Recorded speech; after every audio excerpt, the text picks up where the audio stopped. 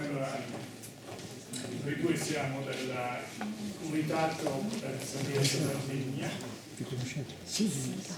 Il dottor Rovina e il dottor Lampi sono gli autori del libro Trama de Soberania. Questo libro ha un antecedente, un seminario che abbiamo fatto Microfono. il 18 e il 19 ottobre scorso a Sardara, e abbiamo fatto un percorso istituzionale a partire da una serie di problemi che già si capiva dove sarebbero andati a finire. Questo seminario sono circa 12 ore di registrazione, possibile leggere nel sito della Fondazione Sardegna. Ma ci sono le premesse a quello che trovate scritto.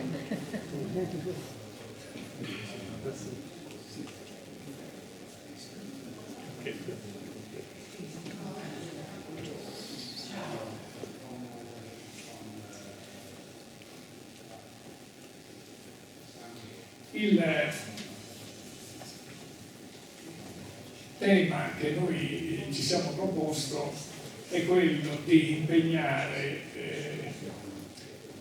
le autorità regionali in un l'avvio, che poi è la ripresa, di quanto negli ultimi 20-30 anni è nato e si è sviluppato in Sardegna, cioè la sensibilità che bisognava cambiare le regole del gioco con l'esterno e tra noi.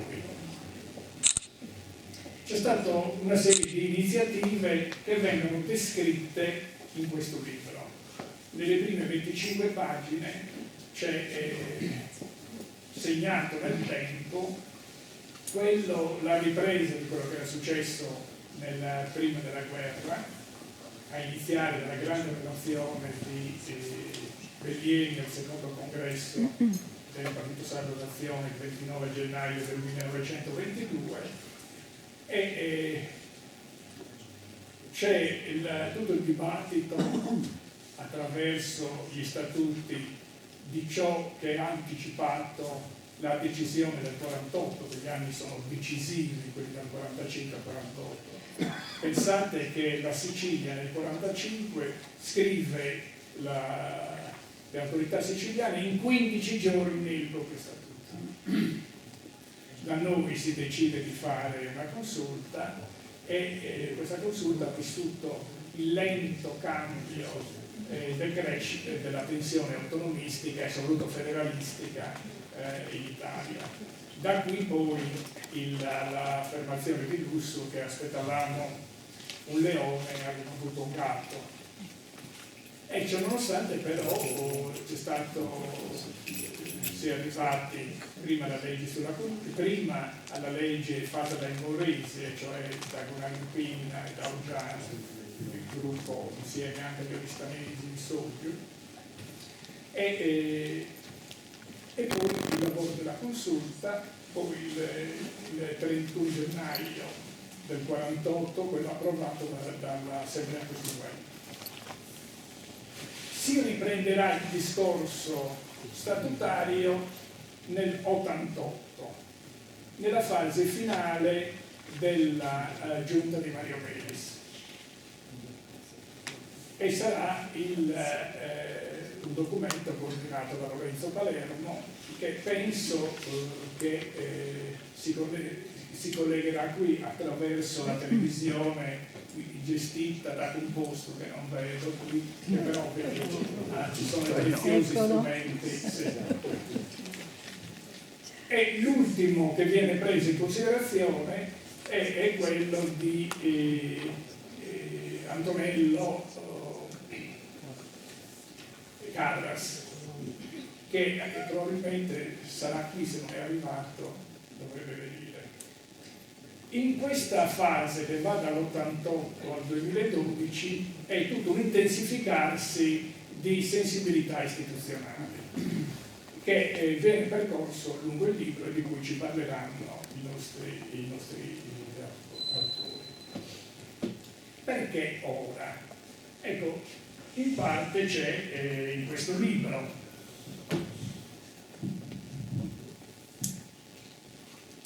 C'è la Sardegna, le nuove servitù nella scia delle antiche, nel retropagina. Davanti c'è una carta della Sardegna con fissati i luoghi delle servitù attraverso simboli. E nel retro c'è una descrizione attraverso i dati sulle servitù energetiche, le servitù industriali, le servitù militari, le servitù penitenziarie. Abbiamo alternative alle imposizioni esterne? Sì, ma solo se lo decidono i sardi. Andiamo con ordine, iniziamo rinnovando da subito le nostre istituzioni, sulle quali, per il diritto naturale che riguarda tutti i popoli, i sardi conservano l'inalienabile diritto e il dovere di decidere, di diventare finalmente protagonisti del proprio destino. Il diritto alla scelta per noi, in casa nostra, la chiamiamo sovrania, cioè il livello più alto di autonomia. Tramas indica l'ordinarsi dei nostri progetti e l'intreccio di collaborazioni che, interne ed esterne alla Sardegna, formano il tessuto della nostra storia. È il senso e lo scopo di questo volume. Gli autori raccontano una storia, suggeriscono un metodo, offrono degli strumenti. C'è un allarmarsi del percorso delle sovranità. L'abbiamo sentito nei telegiornali, ho letto nei giornali di ieri e avanti ieri.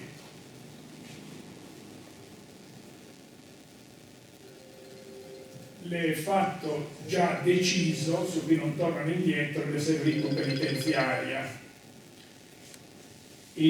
Alla Camera il ministro, pur bocciato dal referendum, ha confermato la decisione del sottosegretario Dalmastro, che era stato cacciato via e sostituito. Però al numero resterà il 41 bis. E ha detto in televisione: così è scritto nella legge e così sarà fatto. Per chi ha seguito tutta la vicenda nuorese, con tanto di visita del Presidente della Repubblica, di assemblee, di mobilitazioni delle autorità locali, tra cui un parlamentare che è anche il segretario di un importante partito del centrodestra in Sardegna, la dice lunga del livello di determinazione che caratterizza il comportamento del governo.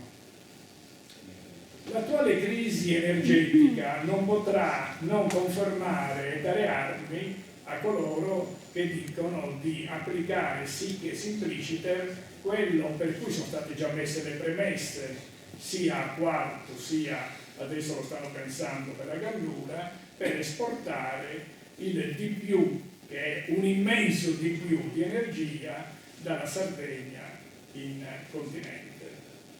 Gli effetti sono che le paleoliche passerebbero dalle attuali 1200 e 1200 crescerebbero di più del doppio, di altri 2500. I pannelli solari dovrebbero raggiungere le decine di migliaia di ettari e la conseguenza di tutto questo intervento è la trasformazione della fabbrica di Portovesme, la Portovesme SRL, in macinatore degli esiti del progressivo degradarsi di questo materiale.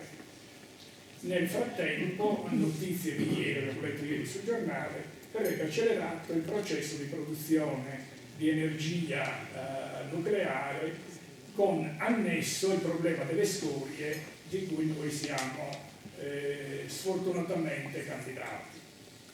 Nel contempo c'è stato approvato la legge sulla sicurezza e il quadro che si deriva è che lo Stato può, senza ha tutti gli strumenti per affrontare, facendoci tacere, tutte le sue scelte. è giusto che questo avvenga? Ecco, io direi che la prima regola, il primo nostro dovere è di non tacere, di dire la verità, di dire che queste cose sono ingiuste, sono contro la giustizia nei rapporti con tutte le altre popolazioni d'Italia e sono contro i nostri interessi e che sono assolutamente dannosissimi. Ora, prima che a qualcuno venga in mente che gli specchi si possano rompere e i pali possono cadere, è il caso di farci dei ragionamenti molto precisi su qual è lo strumento con cui rispondere allo Stato che in qualche modo ci sia. È nelle cose che così, se ne mettiamo tutti i puntini e tracciamo una linea, il punto di arrivo è abbastanza prevedibile. Dobbiamo arrivare alla vigilia di questo prevedibile di prima che si realizzi o c'è una strada che è da noi percorribile? La strada da noi percorribile è la democrazia, è di azioni non violente, è di affermazione dei nostri diritti, passando dall'attuale situazione di sostanziale resa. Sarà interessantissimo quello che è successo a Nuoro. Oltre alle lotte a Nuoro c'è stata una chiamata alla manifestazione da parte del Presidente della Regione. Cioè, non è che queste cose si possono fare e non lasciano traccia se poi non ottengono risultati. E quali sono gli strumenti democratici, partecipativi, non violenti, con cui si possono affermare i nostri diritti di giustizia e di interesse? Questo è un po' il tema che viene contenuto in un articolato di problemi che il Comitato di Sardinia e Sardegna ha steso in 5 punti e che vi legge il dottore Enrico Rovina.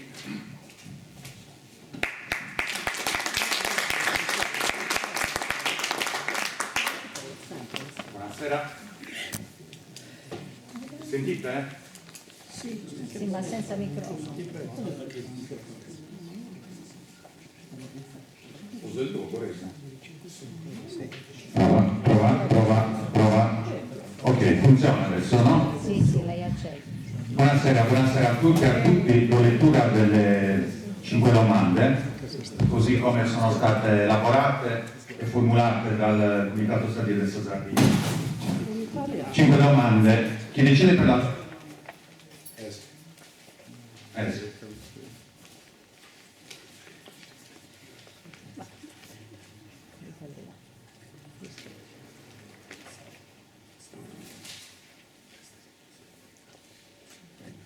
Non è il nostro,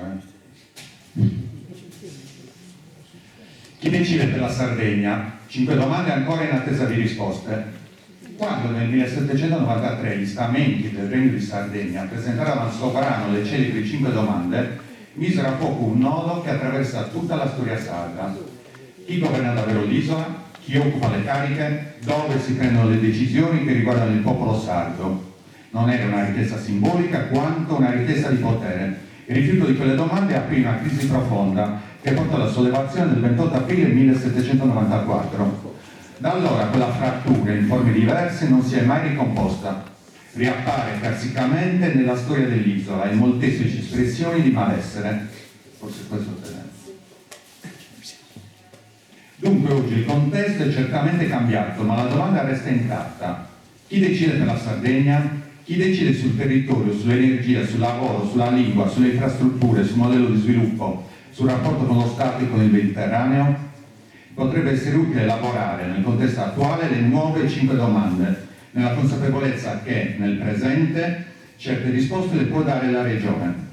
La stessa dovrebbe farsi carico di un'azione forte e decisa per arginare la politica neocoloniale dello Stato, che concorre alla distruzione dei segni dell'identità e delle risorse materiali e culturali del popolo sardo. Riproporre oggi nuove 5 domande serve a questo: riportare al centro il tema dei poteri. perché una parte decisiva delle scelte continua a essere presa altrove, mentre qui si subiscono le conseguenze.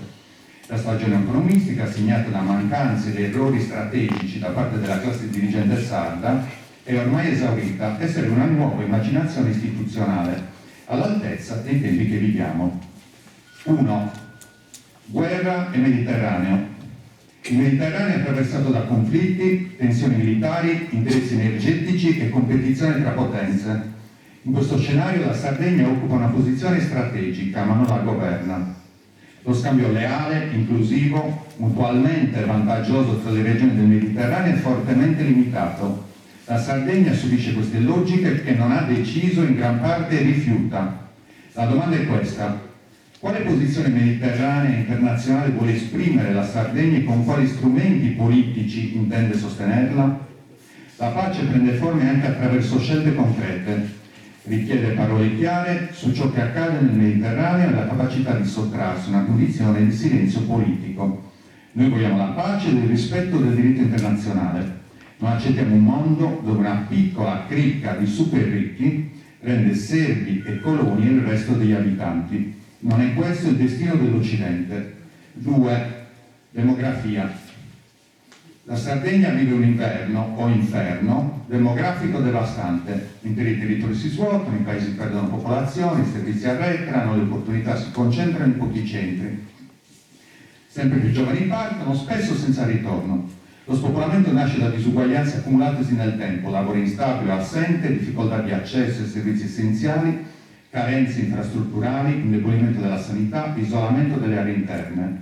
La domanda è questa: quale piano strutturale, continuativo e credibile per invertire la tendenza e rendere possibile restare o tornare? Servono politiche che tengano insieme lavoro, welfare, sanità, scuola, mobilità, casa, cultura e innovazione. Serve una politica che conosca i territori e agisca in modo mirato. E serve rimettere il lavoro al centro. Senza lavoro dignitoso e stabile, ogni strategia contro lo spopolamento resta monca. Nei paesi si può produrre, innovare e costruire economia tutto l'anno, va reso possibile. 3. Servitù e modello di sviluppo. La Sardegna è segnata da una lunga storia di servitù, militari, energetiche, industriali e penitenziarie. Forme diverse di una stessa logica. Il territorio viene utilizzato in funzione di interessi esterni, entro logiche estrattive ed espropriative. Queste servitù si possono affrontare una per una, oppure è giunto il momento di affrontare alla radice la questione sarda. La Sardegna intende continuare a subire queste dinamiche oppure costruire un modello di sviluppo diverso, scelto e condiviso?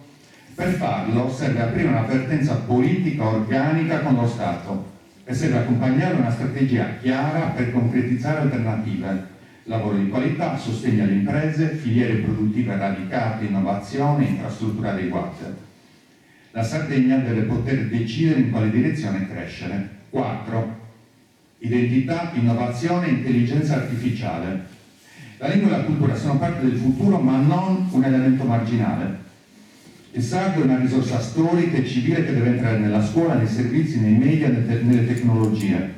La trasformazione tecnologica accelera questa sfida. L'intelligenza artificiale sta cambiando il modo in cui si produce conoscenza, si organizzano i servizi, si sviluppano le economie. Può aumentare dipendenza oppure diventare uno strumento accessibile orientato al bene comune. La domanda è questa: vuole la Sardegna usare lingua, sapere e tecnologia come leve di emancipazione oppure restare dentro modelli costruiti altrove? Investire in università, ricerca, cultura, lingua e infrastrutture digitali significa rafforzare la capacità di autodeterminazione. Identità e innovazione possono crescere insieme dentro una visione politica coerente. La Sardegna nei decenni scorsi ha pensato e realizzato il XXI secolo. Riteniamo quel filo. 5. I poteri.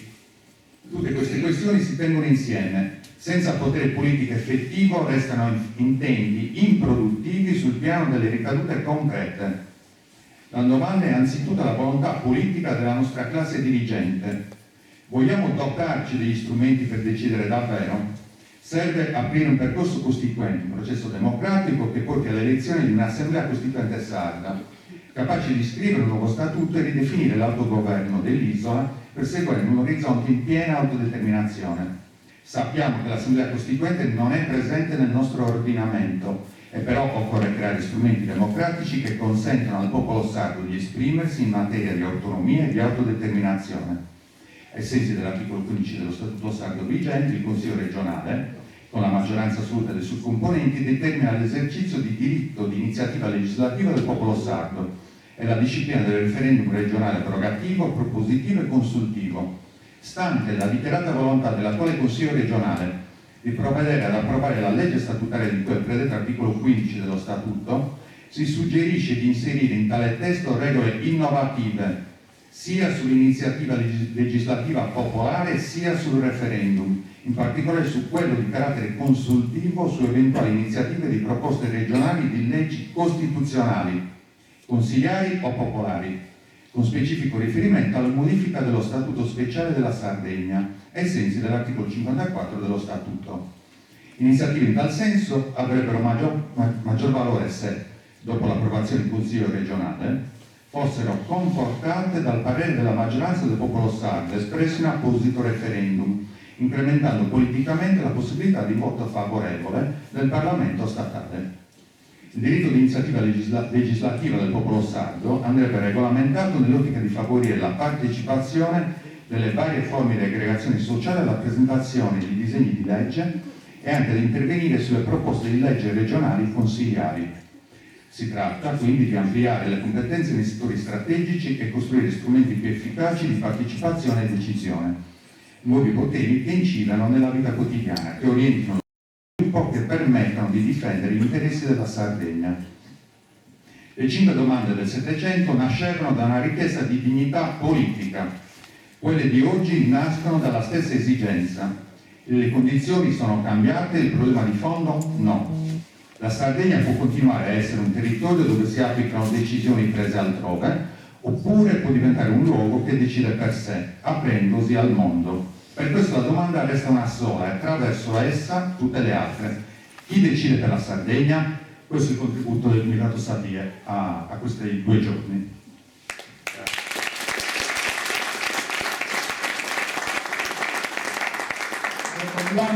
Ti prego a parlare del libro.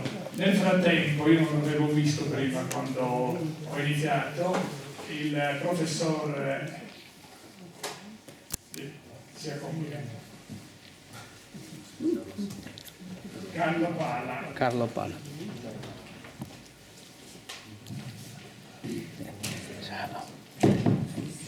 E noi suoi chinati. Eccola.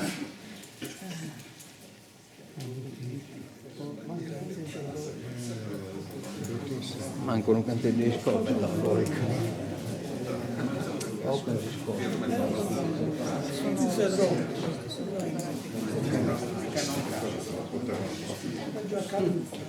Buonasera a tutti e a tutte, grazie per insomma, queste introduzioni del senatore e le 5 domande di Enrico che tracciano un po' una somma di alcune riflessioni con le quali abbiamo costruito anche questa giornata. Il libro che tanti di voi hanno tra le mani è abbastanza articolato, è stato un lavoro denso, anche perché c'è molto diritto dentro, quindi anche difficile da maneggiare per tanti aspetti, però in qualche modo la costruzione di questo saggio va a toccare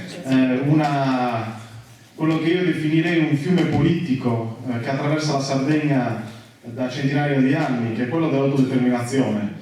È un fiume politico che ha tanti affluenti, che è stato regimentato, che è stato costretto anche in alcune dighe della storia e talvolta ha esondato. E noi in qualche modo ci confrontiamo con queste forme di autodeterminazione, di gradazioni di autodeterminazione all'interno di questo testo, che prendono il nome di autonomia, di federalismo, di indipendentismo, e questo testo va a intrecciare e a sondare un po' le differenze e a capire quali sono state le tendenze, soprattutto del Novecento, ma ovviamente il terreno sul quale si ancorano è un terreno della modernità politica dal 700 all'800. L'autonomia è la storia recente dell'isola, dal secondo dopoguerra. È una storia che sa di modelli di sviluppo dipendenti, sa di una classe dirigente subalterna tanto spesso, ma sarebbe una semplificazione liquidare tutto così, nel senso che questo statuto che abbiamo oggi è stato anche uno strumento parziale, sicuramente, un'anatra zoppa che ha permesso in alcune stagioni storiche di fare dei passi, di compierli, di lasciare qualcosa all'isola. E quindi, siccome era necessario fare questa mappatura storiografica, genealogica delle diverse forme, noi siamo partiti, come diceva Salvatore, dal 1922, dal secondo congresso del Partito Sardo d'Azione e dall'intervento del teorico del Partito Sardo d'Azione, Camillo Bellieni, che in qualche modo tracciava l'idea di un'autonomia, come dire, con tanto idealismo dentro, che però era un'autonomia fatta per stare all'interno dell'italianità, per compiere lo spirito sardo all'interno della promessa. Era quindi un'idea che comunque aveva un rapporto univoco con lo Stato, ma sicuramente ha dei meriti quel testo, perché evidenzia come si parla di un federalismo spinto, si parla di un'idea di ricostruzione del patto, diciamo, con lo Stato centrale molto avanzata, anche in alcune materie. Poi c'è stato, dopo il fascismo, il 1945, la costruzione della proposta di statuto, la proposta del Partito Sardo d'Azione stesa da Gonario Pinna, la proposta che arrivò alla consulta, che fece la consulta, che non è quella che poi venne approvata e che divenne lo statuto sardo che noi conosciamo del 48. È uno statuto che fa i conti con le tendenze dell'Assemblea Costituente, con il regionalismo che viene scelto come modello della costruzione dello Stato repubblicano e non dello Stato federale, come invece si auspicava qui e non solo qui in Sardegna. È uno statuto senza popolo, senza lingua, senza caratteristiche determinanti che vanno a come dire, riconoscere la nazionalità dei sardi e il loro essere differenti per eredità storico-politica, linguistica e via dicendo. E quindi su questo statuto si è costruita la promessa che ha avuto un trentennio, diciamo, di azione, che ha avuto grande politica in quel trentennio, che ha influenzato i grandi partiti di massa, che non era più soltanto il Partito Sardo d'Azione, ma stiamo parlando anche del Partito Comunista, di Renzo Laconi, di tanti contributi, diciamo, di intellettuali organici che hanno creduto con forza, anche criticamente, che hanno poi anche criticato, ma che hanno creduto con forza in questa promessa. Ed era una politica che possiamo riassumere nell'articolo 13 dello Statuto, una politica rivendicativa nei confronti dello Stato per una riparazione economica dei danni della Sardegna, non per una politica progettuale, è stata a lungo una politica rivendicativa, con luci e ombre. A un certo punto noi affrontiamo, e questo è evidente nel testo che abbiamo sotto mano, come quel fiume che è stato come dire, costretto all'interno degli argini, quello statuto inizia a esondare, lo fa negli anni 70. Negli anni 70, quando c'è una crisi dei modelli, c'è una crisi economica, c'è ovviamente il 73, la crisi petrolifera, c'è il mondo che sta cambiando, c'è il modello di lavoro che sta cambiando e quindi una crisi progressiva anche del fordismo novecentesco che influenza ovviamente tutte le catene produttive. E di fronte a questo anche in Sardegna si assiste a una messa in discussione e c'è chi dice rifondiamo l'autonomia e noi portiamo il contributo di Pietrino Soddu in un testo che si chiama La questione sarda oggi, un testo illuminante per tanti aspetti perché coniuga la crisi dello sviluppo per lui e la crisi dell'autonomia, sono strettamente connesse fra di loro e c'è chi invece dice superiamo questo modello ed è il neosardismo ed è tutta quella filiera politica che poi costruirà le basi dell'indipendentismo organizzato, che già alla metà degli anni 70 fa delle battaglie e mette in discussione in maniera più radicale l'assetto autonomistico nella sua interezza. E c'è un rilancio in quell'epoca dell'elaborazione sardista. Giustamente Salvatore citava l'88, ma citiamo anche la Carta dei Federalisti Sardi, la proposta di Mario Melis, dei documenti avanzatissimi che guardano non semplicemente alla riforma della regione, ma alla riforma complessiva dello Stato italiano. E si inseriscono quindi queste proposte nella crisi della Prima Repubblica, che era di lì a venire, che l'anticipano in qualche modo, che anticipano una risposta. E la fine di quelle proposte arriva alla fine degli anni 90, sono anni ricchi di iniziativa, per merito soprattutto insomma, della Fondazione Sardinia, che con l'Assemblea dei 100, con l'idea del Congresso del Popolo Sardo, del Congresso dei Sardi, chiamato da Giovanni Liviu, il Movimento per la Costituente che citiamo, le 40.000 firme che vennero raccolte, si spinge verso un'altra strada, che è la strada che era già stata suggerita alla fine degli anni 70, nel 79, nella rivista Nazionale Sarda, di un'assemblea costituente, di un'assemblea fatta da tutti i sardi in maniera trasversale per riscrivere lo statuto in maniera partecipata. E quindi si spinge su un terreno nuovo e ci sono delle reazioni, perché mentre c'era chi, come sto provando a illustrare, provava a dire c'è bisogno di superare questo modello con la tensione partecipativa, c'era chi invece, ne mettiamo dentro il testo, faceva delle proposte di riforma dello statuto molto molto modeste, molto inserite all'interno del quadro istituzionale esistente, che non coglievano la partita. Penso alle proposte Ballero che sono all'interno del testo e non soltanto. E poi arriva la legislatura di Renato Soru, qui presente, una legislatura che ha avuto l'indubbio merito di aprire con forza la partita di nuovo su questo terreno con l'istituzione della consulta per un nuovo statuto di autonomia e sovranità del popolo sardo, con la legge statutaria. Sappiamo come sono andate a finire queste proposte e sappiamo che c'è stato il fuoco amico a metterle in discussione, dei rapporti di forza sfavorevoli in tal senso. Ed è stata purtroppo un'occasione mancata che ci avrebbe potuto fare compiere sicuramente dei passi avanti. Citiamo il referendum del 2012, ma arrivo al punto per andare verso la chiusura. Noi siamo 15 anni in quest'isola che non parliamo più sostanzialmente di poteri, non parliamo più delle norme decisive per governare il nostro sviluppo e per far fronte a una crisi, a una policrisi che ha tanti aspetti che sembra senza via d'uscita. Ebbene, di fronte a questo cosa vediamo in questi ultimi anni? Abbiamo visto una contrattazione, la riportiamo nel testo di Enrico in apertura, una contrattazione di Solinas all'interno della conferenza Stato-Regioni per il nuovo statuto, che è stata confermata la notizia in audizione da Alessandra Todde, la Presidente della Regione.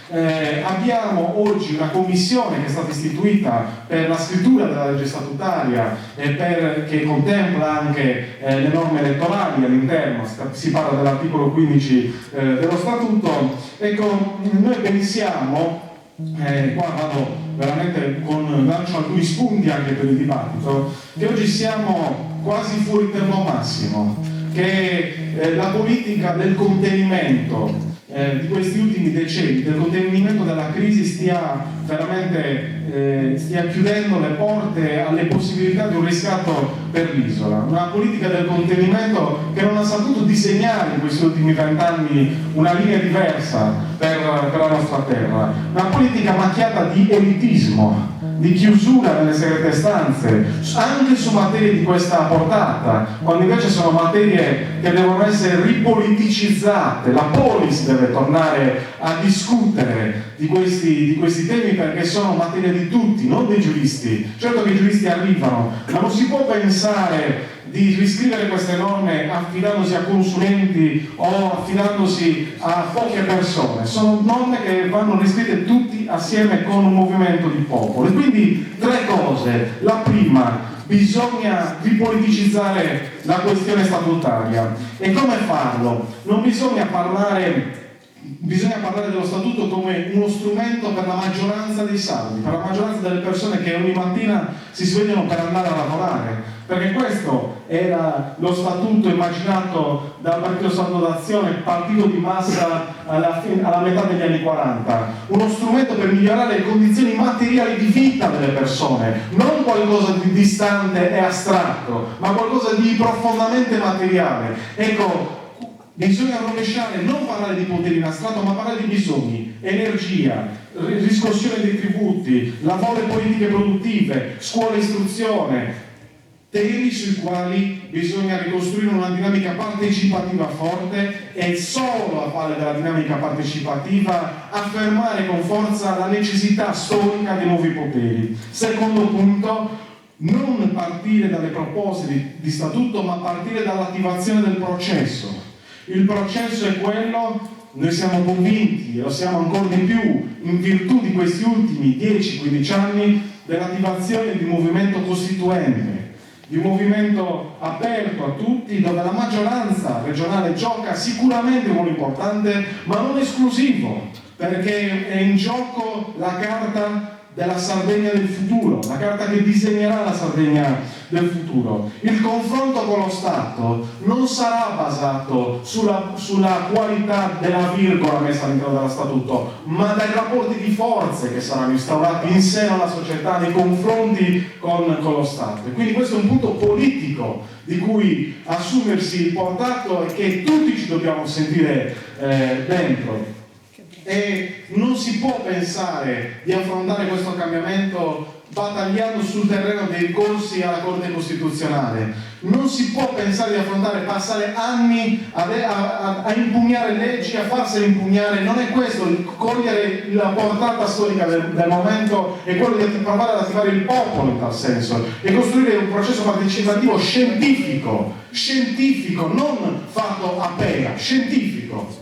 Terzo punto, e chiudo, lo snodo storico che stiamo vivendo è uno snodo storico decisivo. Siamo nella crisi dell'iperglobalizzazione a trazione statunitense, si sta affacciando un mondo multipolare, per nostra sfortuna siamo dalla parte, belligerante della storia, siamo dalla parte sbagliata della storia.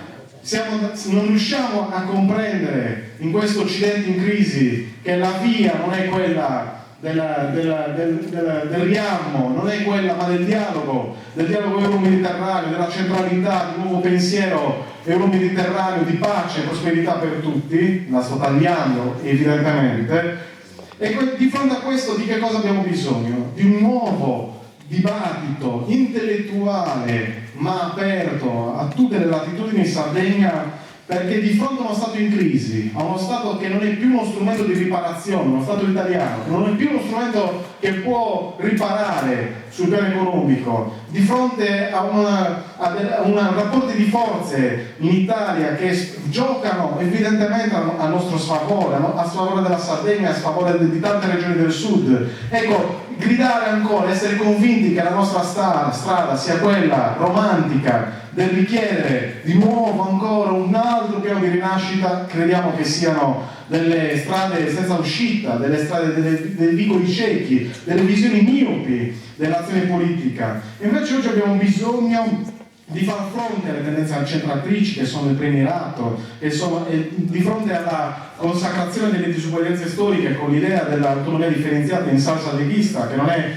evidentemente un progetto che possiamo condividere, ma che possiamo sfruttare l'apertura del dibattito per acquisire altri poteri. Noi abbiamo oggi in Sardegna, nel 2026, da qua in pochi anni, un'occasione inedita, che è quella di riattivare questo processo, di farlo uscire da questi libri, perché è materia di processi storici, non semplicemente di studio, e farlo con forza. E chiudo dicendo che questo, l'idea di una progressiva riscrittura dello statuto, nel mentre di un'accelerazione sull'approvazione di alcune norme di attuazione strategiche, quindi di un esercizio di sovranità senza attendere la riscrittura del patto, ecco, noi pensiamo che sia un'esigenza decisiva. Per fare questo serve tanta lotta culturale, serve immaginazione politica, serve mettere assieme energie qui presenti, energie che sono fuori da questa sala, che magari si troveranno poi fuori insieme all'Assemblea Nazionale Sarda per un lavoro anche lì, fuori nella città, di sensibilizzazione culturale e politica attorno ai fatti del Sadie, ma che parlano con forza ai giorni nostri. E noi dobbiamo riscoprire quel punto originario del 22, del 45, l'idea che attraverso l'autodeterminazione noi raggiungiamo l'emancipazione sociale, ed è una questione che deve diventare di nuovo oggetto di dibattito ampio, plurale e per tutti, non più per pochi. Grazie.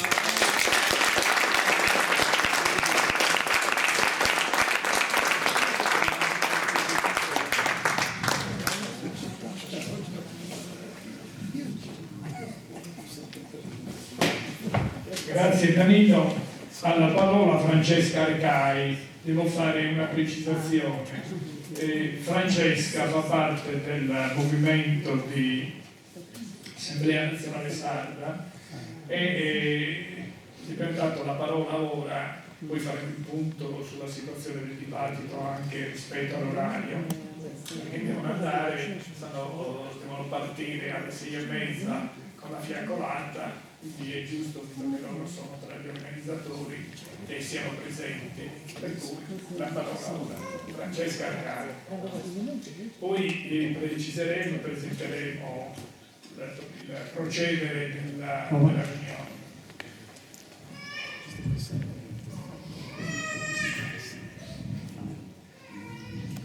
Buon pomeriggio a tutte e tutti. Spero che stiate tutti bene, mentre il grande caldo di questo pomeriggio mi dispiace, ma cercheremo di andare avanti. Grazie mille al Comitato Sadie, grazie mille alla Fondazione Sardegna, grazie mille a Ricco e a Danilo anche per gli interventi di prima, sono stati molto interessanti. E come Assemblea Nazionale Sarda abbiamo accolto con grande piacere questo invito, anche perché riusciamo a farci conoscere. Non è un battesimo, ma è come se lo fosse, perché per noi c'è una parte della storia della Sardegna che continua a restare ai margini. Io leggerò, abbiate pena. Una storia che non entra nelle scuole e che spesso non attraversa le nostre conversazioni quotidiane, che viene tenuta lì, sullo sfondo. Eppure quella storia parla di scelte, di un popolo che si è ribellato, che ha provato a decidere per sé. E oggi quella domanda è ancora aperta ed è molto concreta. Chi decide davvero in Sardegna e per la Sardegna? Ne abbiamo parlato fino ad adesso. Chi decide sulle basi militari, in un'isola che da sola ospita oltre il 65% del demanio militare italiano? Chi decide sulle politiche energetiche, mentre il territorio viene individuato come piattaforma per impianti e infrastrutture senza una pianificazione realmente condivisa con le comunità locali? Chi decide sul lavoro, in una regione che continua a registrare tassi di disoccupazione tra i più alti, se proprio vogliamo paragonarci all'Italia? È un'emigrazione giovanile costante, con migliaia di ragazze e ragazzi che ogni anno lasciano l'isola e magari ritornano. Chi decide sul destino dei paesi dell'interno, dove lo spopolamento non è più una previsione ma una realtà in atto?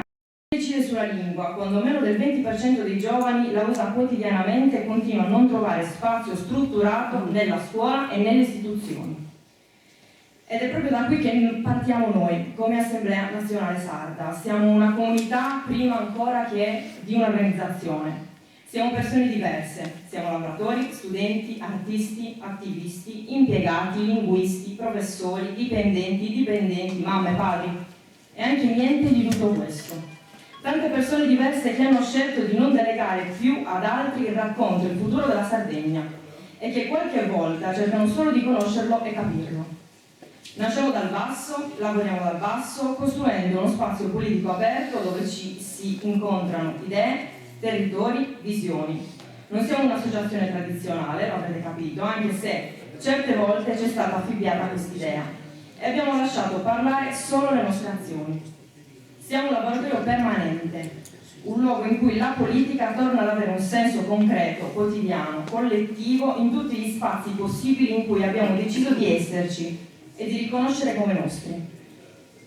Perché forse ci siamo dimenticati come si utilizza la politica. A volte ci facciamo soltanto utilizzare.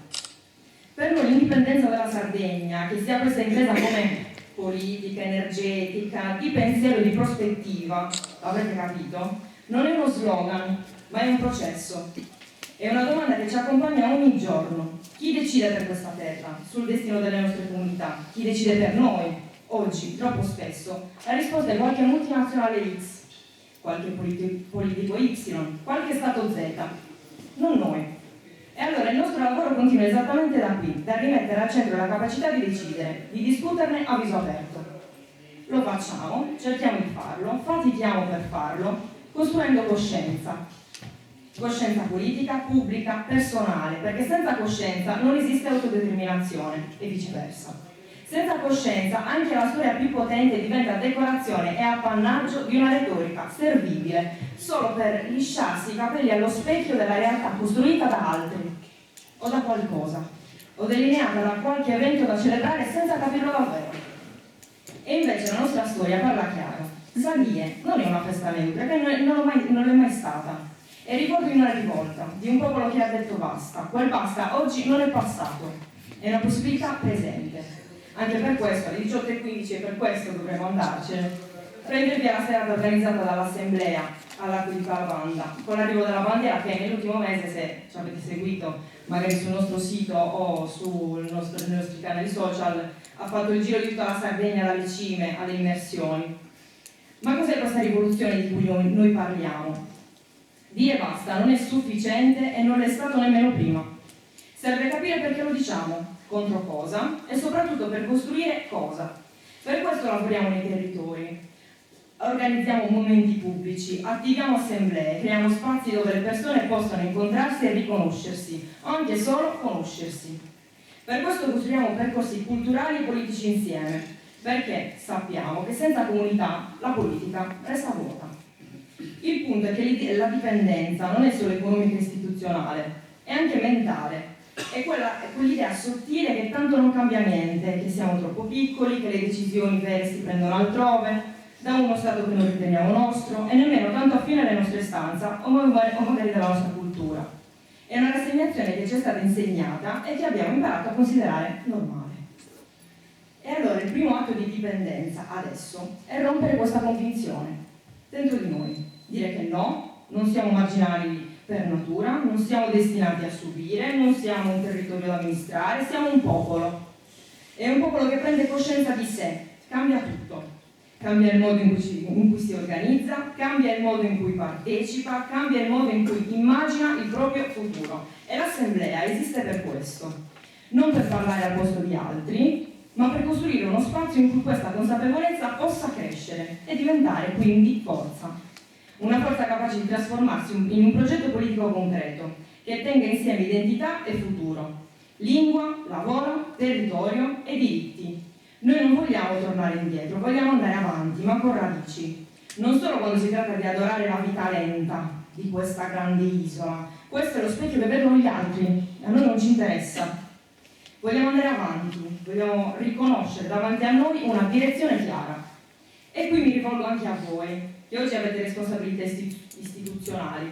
Questa domanda crescente sulla capacità di decidere non riguarda solo chi sta fuori dalle istituzioni, riguarda anche chi ci sta dentro, riguarda il ruolo della regione, il rapporto con lo Stato, il modo in cui si costruiscono le politiche pubbliche, riguarda la possibilità di uscire da una posizione di gestione e iniziare a costruire una visione. Noi non siamo qui per sostituirci a qualcuno, siamo qui per dire che esiste una domanda crescente di partecipazione, di consapevolezza, di protagonismo. E questa domanda non si può ignorare, perché cresce proprio nei territori più colpiti, nei paesi che si svuotano, tra i giovani che partono, tra chi lavora senza tutele, tra chi prova a costruire qualcosa e si scontra con limiti strutturali decisi dall'esterno. Perché un popolo senza memoria è facile da governare, ma un popolo con coscienza è impossibile da ignorare. E allora il senso del nostro lavoro, come assemblea, è tutto qui: cercare di costruire una Sardegna che non chieda più permesso, che non si accontenti più, che non si racconti più attraverso gli occhi degli altri, una Sardegna che si guardi allo specchio e invece di lisciarsi i capelli si riconosca e che decida alla fine di tutto. E grazie mille.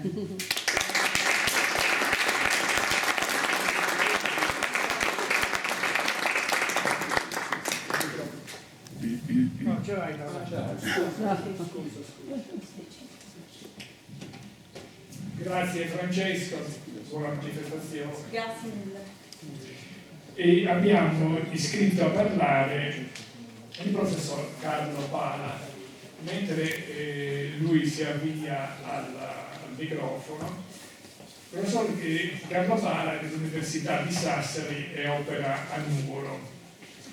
È una figura di studioso piuttosto singolare in Sardegna.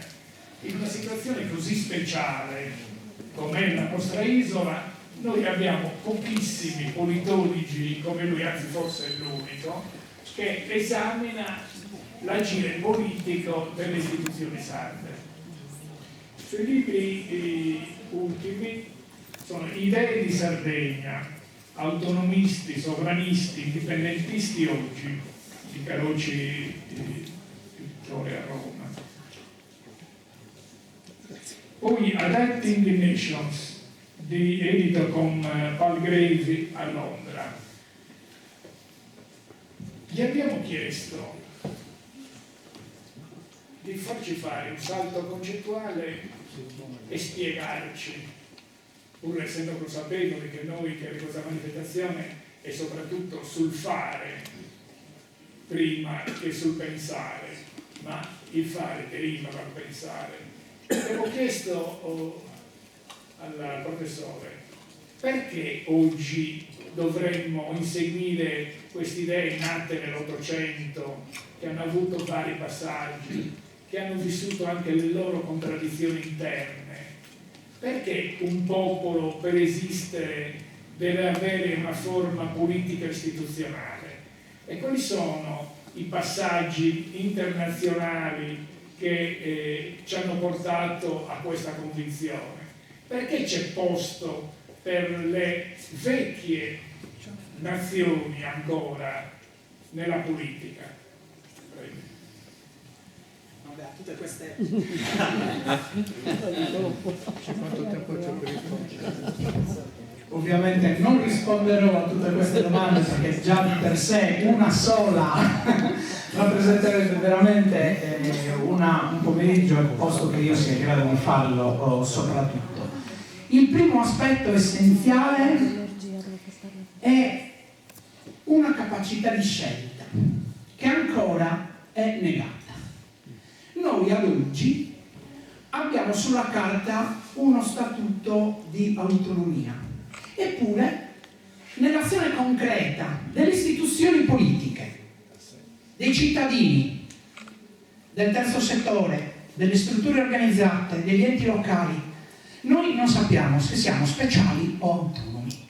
Attenzione, non è una differenza di poco conto sapere se si è speciali e se si è autonomi, perché le due parole, che molto spesso vengono utilizzate in maniera intercambiabile, affatto intercambiabili sono. Non sono intercambiabili, sono due espressioni politiche in modo particolare che vogliono dire cose ben distinte e ben diverse.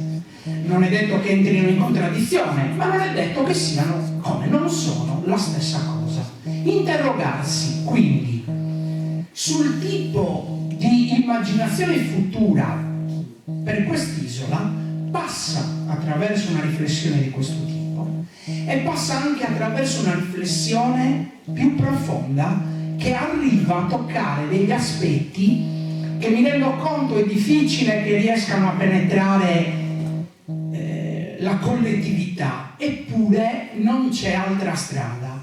Quella collettività dovrebbe sapere, dovrebbe essere educata a sapere, e questo noi ci dobbiamo augurare che avvenga, che questi discorsi trovano sbocco solo in un cambiamento istituzionale, in un raffronto istituzionale, ed è un pochettino, io la voglio leggere così, la spiegazione che hanno dato Enrico e Danilo sulla nascita del loro volume. A me dispiace che purtroppo l'abbiate creato dopo che io sono 20 anni che studio queste tematiche. Se ci avessi avuto, devo essere sincero, la chiamo così, una pappa già pronta come la loro, mi avrebbero veramente agevolato le mie ricerche. Però per fortuna sono arrivati, hanno fatto un'opera molto attenta, perché ricostruire nello specifico tutto quello che è stato fatto oggi sul cambiamento dello statuto, ovvero sull'immaginazione della forma futura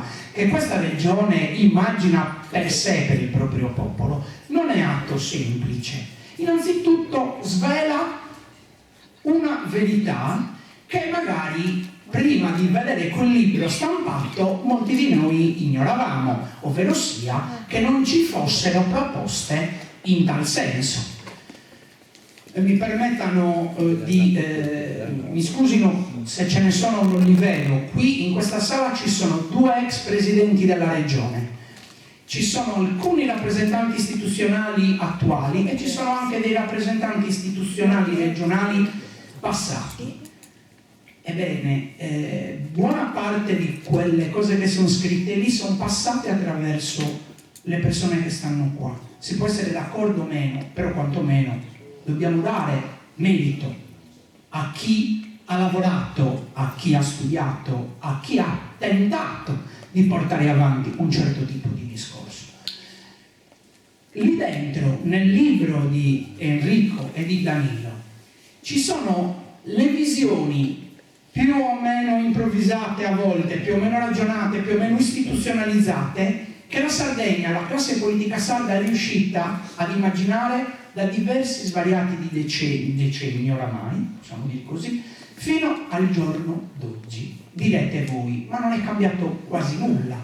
Se parliamo di uno statuto del 1948 che oggi in epoca di intelligenza artificiale ha cambiato 3 articoli, se l'ultima volta che ha cambiato articoli per mezzo delle classi politiche autoctone dobbiamo risalire a Mario Melis nel 1983, se le ultime volte che quegli articoli sono stati cambiati lo dobbiamo in virtù e in funzione di leggi costituzionali approvate dallo Stato, beh, evidentemente questo qualche cosa ci dovrà dire. Siete convinti che la colpa sia della classe politica sarda inetta? È semplice poter dire così. Io non ne sono affatto convinto che sia colpa della classe politica inetta. Posso essere convinto che la classe politica inetta spesso si è contraddetta nel proprio percorso di cambiamento dello statuto, ma non sono affatto convinto del fatto che la classe politica che ha governato la Sardegna da questo punto di vista sia stata sempre deficitaria, perché altrimenti probabilmente quel libro non sarebbe venuto alla luce. Ora, non lo dico perché è qua presente, ma una delle ultime stagioni statutarie, di cambiamento statutario, si deve al presidente Soro. Però il fatto che il presidente Soro e quella classe politica, a parte i problemi che magari l'hanno contraddistinta, non sia riuscita a portare avanti quello che aveva in mente di portare avanti, viene spesso sottostimato e sottaciuto in questa terra. E qual è l'elemento essenziale? L'elemento essenziale è che spesso le riforme non decollano perché vi è una contrapposizione quasi preclusiva e quasi pretenziosa dello Stato a prescindere. Sapete quante volte ha cambiato lo statuto la provincia autonoma di Bolzano negli ultimi 8 anni? E sapete anche quando è l'ultima volta che la provincia autonoma di Bolzano ha cambiato lo statuto? 5 settimane fa. L'ha cambiato 11 volte. Sapete quante volte la Sicilia ha cambiato lo statuto in parti importanti della propria carta statutaria, della propria carta autonomistica? 6 volte. La Sardegna non l'ha cambiato perché spesso, pur avendoci provato, si è scontrata con un muro bello grosso che si poneva davanti a queste idee, a questi tentativi che sono stati, che hanno visto appunto anche dei protagonisti, anche come dicevo prima in questa sala, perché probabilmente era scomodo attribuire alla Sardegna la possibilità di arrivare a un cambiamento statutario. E c'è una motivazione semplice, specifica, che dopo diversi decenni io mi sono convinto essere al centro dell'attenzione. L'unico motivo per il quale lo Statuto sardo non funziona ed è difficile cambiarlo è perché è privo delle ragioni che devono crearne la specialità, è privo di quelle ragioni della specialità che sono state falsamente attribuite nella parte economica.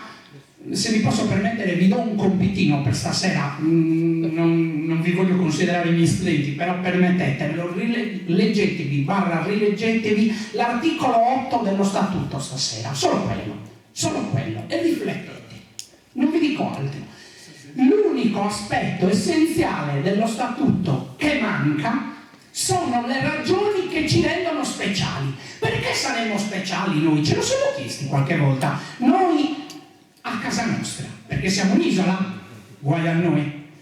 Perché siamo poveri? Forse la Calabria ne aveva più bisogno anche nel 1948 di quanto non ne avessimo noi, se la vogliamo porre su questi termini. Quali sono le ragioni della specialità? Le ragioni della specialità le possiamo inventare, declinare noi, perché tanto lì dentro non ci sono scritte. Ed è un problema. Perché tutti gli statuti di autonomia negli stati centrali, federalisti, oppure a diffusione regionale, come per esempio può essere la Spagna, li indicano quali sono le motivazioni. Anche nella stessa Italia, le motivazioni della Valle d'Aosta sono indicate.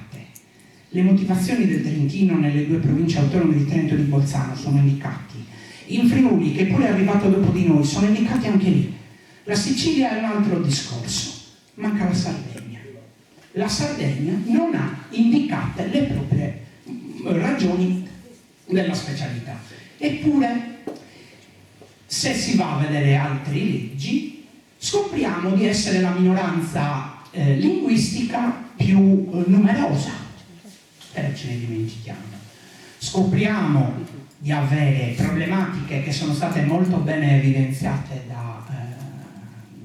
da Danilo e alle quali le 5 domande di Enrico si riferiscono, che non trovano spazio là dentro.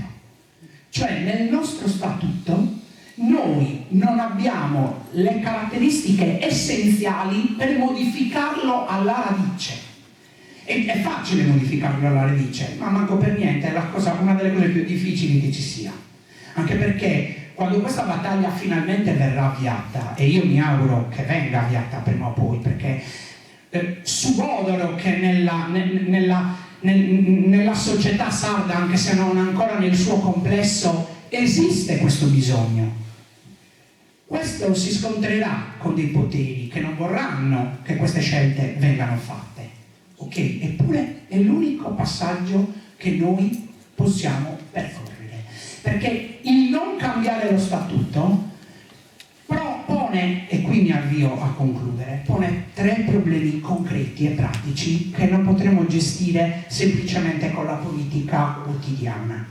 Il primo è non riuscire ad immaginare che futuro dare a questa terra, perché ci mancano le basi, quelle ragioni della specialità, che sono poi evidenti. Ora, io le vedo nella parte linguistica di popolo, le caratteristiche di popolo che ci contraddistinguono, ma ognuno di voi è libero magari di immaginarne delle altre. Il primo elemento che manca è quello, e quindi non ci si riesce. Se manca quell'elemento, se manca quella ragione che mette assieme altre ragioni, è difficile che ci sia un'unità anche nell'arco costituzionale isolano per portare avanti quel discorso. Da chi governa oggi la regione alle forze politiche che stanno fuori, per esempio gli indipendentisti.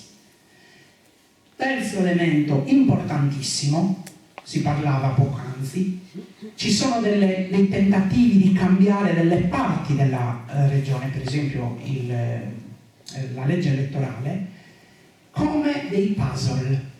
Prendo dei pezzi che mi servono in quel momento, li cambio e poi vedo se si attaccano.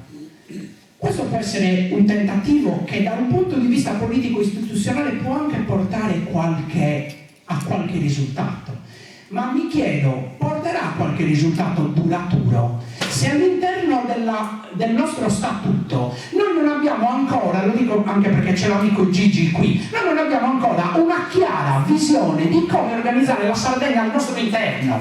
Abbiamo delle leggi sugli enti locali che molto spesso fanno guerra a pugni tra di loro, non parliamo poi con quello che avviene a livello nazionale.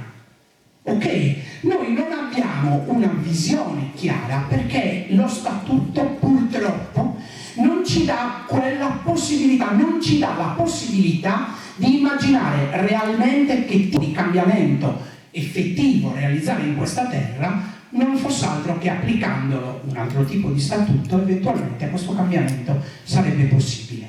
Noi oggi siamo l'ultima regione in Italia tra le regioni a statuto speciale, come vi dicevo prima, non aver mai cambiato fondamentalmente lo statuto. Siamo la prima per contenziosi, per leggi, sapete, inchiodate sia dal governo che dalla Corte Costituzionale, molto spesso delle leggi anche da un punto di vista giuridico, almeno così mi dicono gli amici giuristi, non così problematiche, che non dovrebbero creare così tanti problemi, eppure ancora noi viviamo in una condizione di continua staticità. Noi abbiamo l'intenzione di cambiare lo statuto, la Sardegna potrebbe avere l'intenzione di cambiare lo statuto se, come hanno detto coloro i quali mi hanno preceduto, questa ipotesi esce finalmente dalle aule e si trasferisce a livello sociale.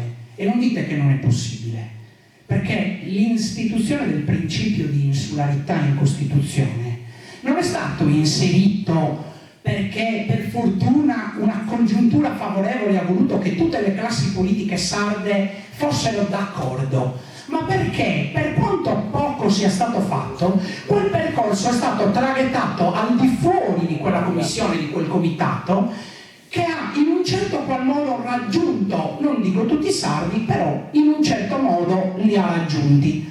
Com'è possibile pensare che non sia possibile farlo in questa situazione, coinvolgendo tutti, coinvolgendo le forze indipendentiste che non sono interessate a un cambio di statuto per loro DNA, ma che invece sarebbero interessate comunque a discuterne, così come le forze, da quelle di espressione centrale a quelle che sono in consiglio regionale, che hanno luogo solo in Sardegna.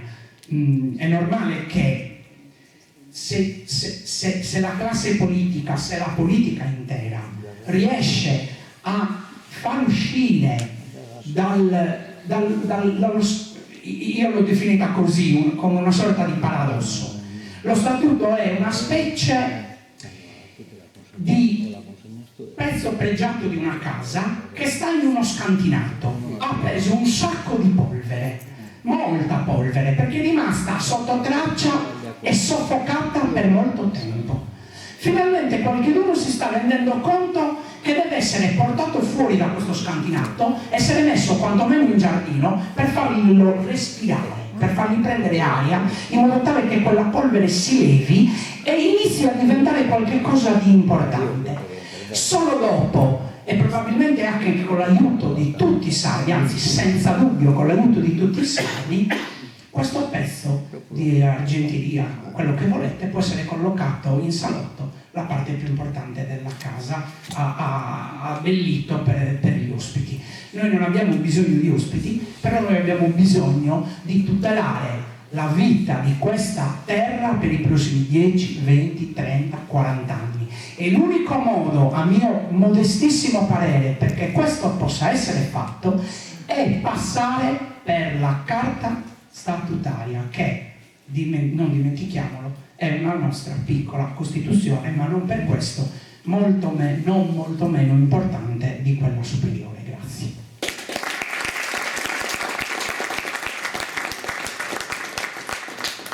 Mentre si avvicina Lucas di Unicom, che deve andare alla manifestazione, un avviso ai naviganti da parte di Lavina.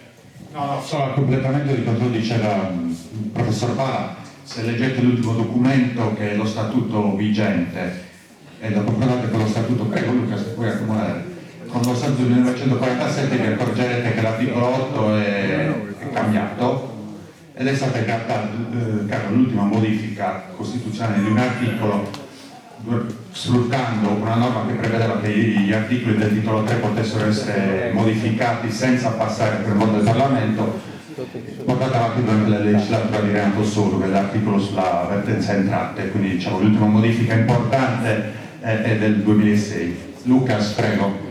Abbiamo pensato di accettare la richiesta di Lucas di Unicom, Unione della Gioventù Comunista Indipendentista, mi pare, di intervenire, perché anche loro sono stati invitati alla fiaccolata di ANS. Prego Luca, 5 minuti. Sì, allora, una cosa prima di iniziare, la bandiera, perché l'abbiamo vista stavolta, sta accadendo, quindi una mozione d'ordine, o la togliamo o la mettiamo dritta. Come la togliamo? No, non c'è scotch.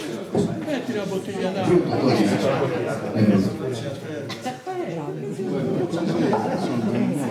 va bene, allora non c'è l'intenzione da parte nostra, da parte mia, di fare particolari lezioni di storia o incisi su trattati giuridici. Avevamo più che altro l'idea di commentare una serie di aspetti di questi 5 punti che noi come giovani, come studenti, poi anche alcuni come giovani lavoratori sicuramente interessano. E partiamo dal primo, la demografia. Allora, la demografia è facile arrivarci. Per una concezione autonomista della realtà sarda, la questione demografica è più che grave. È inutile girarci attorno, le cifre sono più che disponibili, qualsiasi istituto di raccolta dati, pubblico o privato che sia, lo va a confermare, i giovani se ne vanno. Se ne vanno per una miriade di ragioni, non voglio farvela la predica, partire da quelle economiche, quelle sociali, quelle culturali. Un piccolo appunto su questa relazione tra fattore sociale e culturale. Ecco, quando noi parliamo di economia in Sardegna, è per forza di cose largamente influenzata dall'apporto culturale. E viceversa, attenzione, le due cose si influenzano in misura reciproca, credo che concorderemo tutti. Esempio può essere nel piano di rinascita nel quale la maggior parte delle forze politiche presenti in Sardegna durante la Prima Repubblica diedero insomma un apporto di un certo carattere. E quel piano di rinascita però è la conferma del fatto che il problema demografico non poteva essere risolto semplicemente con un apporto di carattere economico, ma andava risolto con un apporto di carattere culturale, vale a dire con un lavoro che comprendesse più parti della società, un lavoro che non si limitasse a investimenti in materia di industria, in materia di petrolchimica, di industria petrolifera e infine di lavorazione dell'acciaio. La Sardegna non è tanto riluttante all'industria, ma è riluttante a un modo di fare semicolonialisti, parliamoci chiaro. Inutile girarci attorno anche qui. E quindi il fattore culturale è questo, c'è un rifiuto di un'imposizione. E questa è una questione di carattere economico, perché il rifiuto dell'imposizione, poi, senza entrare troppo nei dettagli, ci porta di nuovo ai dati. E quindi torniamo ai dati, adesso buttiamola sul semplice, perché di nuovo non c'è l'intenzione di fare lezioni di storia. Adesso io parlo da rappresentante degli studenti di una delle scuole di Cagliari, del liceo lettori, d'accordo? Quindi nelle assemblee di istituto parliamo anche di questo, parliamo di giovani, di Sardegna, parliamo di economia, di cultura e di politica. Una delle cose che a noi interessa come giovani, ad esempio, è l'università. Dovete sapere che la maggior parte delle persone nella mia scuola va o a medicina o a giurisprudenza. A Cagliari queste facoltà ci sono valide. Stessa cosa vale per Sassari, però molti emigrano non tanto perché c'è una scarsità in merito all'offerta formativa, ma perché non c'è una prospettiva di crescita in merito al mercato del lavoro. E questa, signori miei, è una questione da affrontare, perché assieme al fattore culturale, quindi sentirsi o meno sardi e sarde, sentirsi o meno appartenenti a una comunità e integrati dal punto di vista economico e lavorativo, la questione dell'apporto personale che ognuno di noi può dare al mercato del lavoro, soprattutto in merito ai giovani, non può essere evitata. La gente va fuori perché c'è un'opportunità di crescita che in Sardegna non c'è per molti motivi, anche in parte per la ragione del fatto che il piano di rinascita, tanto discusso, tanto commentato in questa sede, non ha avuto alcun risultato se non quello di impoverire un territorio già stressato, stremato da politiche fallimentari. Ok, non vorrei aggiungere troppo perché la questione demografica è uno dei grandi cavalli di battaglia dei movimenti autonomisti. Però ognuno ha sempre da dire qualcosa, è complesso, è lungo, è articolato. Banalmente bisogna tornare a concepire una Sardegna a misura di giovani, una Sardegna dove c'è spazio sostanzialmente, dove ci sono scuole che invogliano i ragazzi a rimanere, dove ci sono lavori che permettono di mantenere una famiglia, che permettono di sviluppare una propria vita qui in loco, senza aver bisogno di emigrare.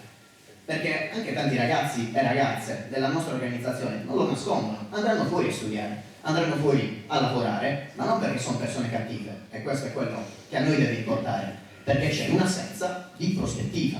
E sempre qui si torna, gli autonomisti si dovrebbero concentrare sul concetto di prospettiva futura. Prospettiva futura che poi si ricollega con una serie di altre tematiche, prima tra tutte, ho visto che è stata annotata a mio avviso in maniera molto intelligente tra i 5 punti, la questione militarizzazione, basi, prospettiva mediterranea della Sardegna, che inevitabilmente ha a che fare con la questione del mercato del lavoro.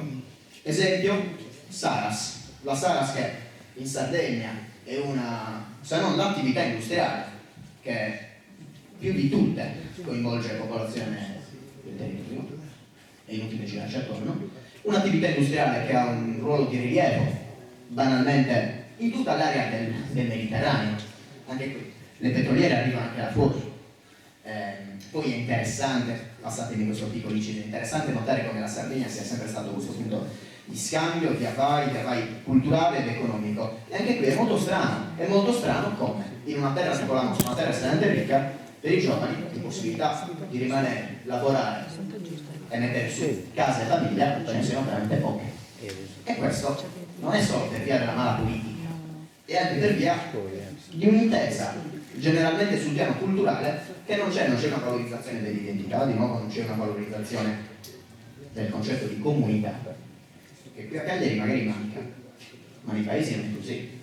Fuori dal cagliaritano, e anche io da cagliaritano ho faticato ad avere questa concezione, è completamente diverso l'argomento. E qui purtroppo stanno a fare un lavoro di tipo culturale, per comprendere che la Sardegna è la crocevia di popoli, sempre stato così, non può che essere un luogo accogliente del territorio, un luogo che, tra le altre cose, si dichiari neutrale, certo, si dichiari neutrale rispetto alle logiche di guerra, alle logiche di produzione industriale, alle logiche belliche che ci vedono comunque sempre lo scacchiere bellico del Mediterraneo, ci vedono quelli coinvolti nelle attività di aggressione rispetto ad altri popoli, e questo è assurdo di nuovo, assurdo perché il lavoro manca il lavoro, sembrano che manchino i soldi per le famose infrastrutture necessarie a renderlo possibile come realtà, però i soldi non mancano mai per gli ampliamenti all'RVM, non mancano mai per le concessioni militari, non mancano mai per le espansioni dei poligoni NATO, che alla fine dei conti ci rendono complici, a volte più, a volte meno, di ciò che succede nel resto del mondo. Ricordo degli altri che la Sardegna non è un territorio isolato, è più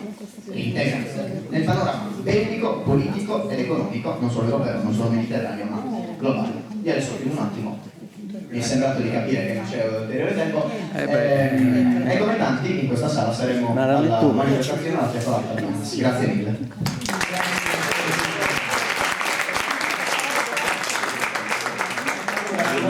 La situazione, siamo alle 6, sono iscritti a parlare Aldo Accardo, Cristiano Composto, e le conclusioni le terrebbe Antonella Maggioni. Se ci sono altri iscritti a parlare, ecco, Maria Grazia Cagliari. Francesco. È Renato. Dai il tempo, Salvatore, Il tempo spero dai, è troppo lungo. e controllarlo anche. Andiamo a tornare. No, ma devo 5 punti, 4 volte. poi tutto dobbiamo andare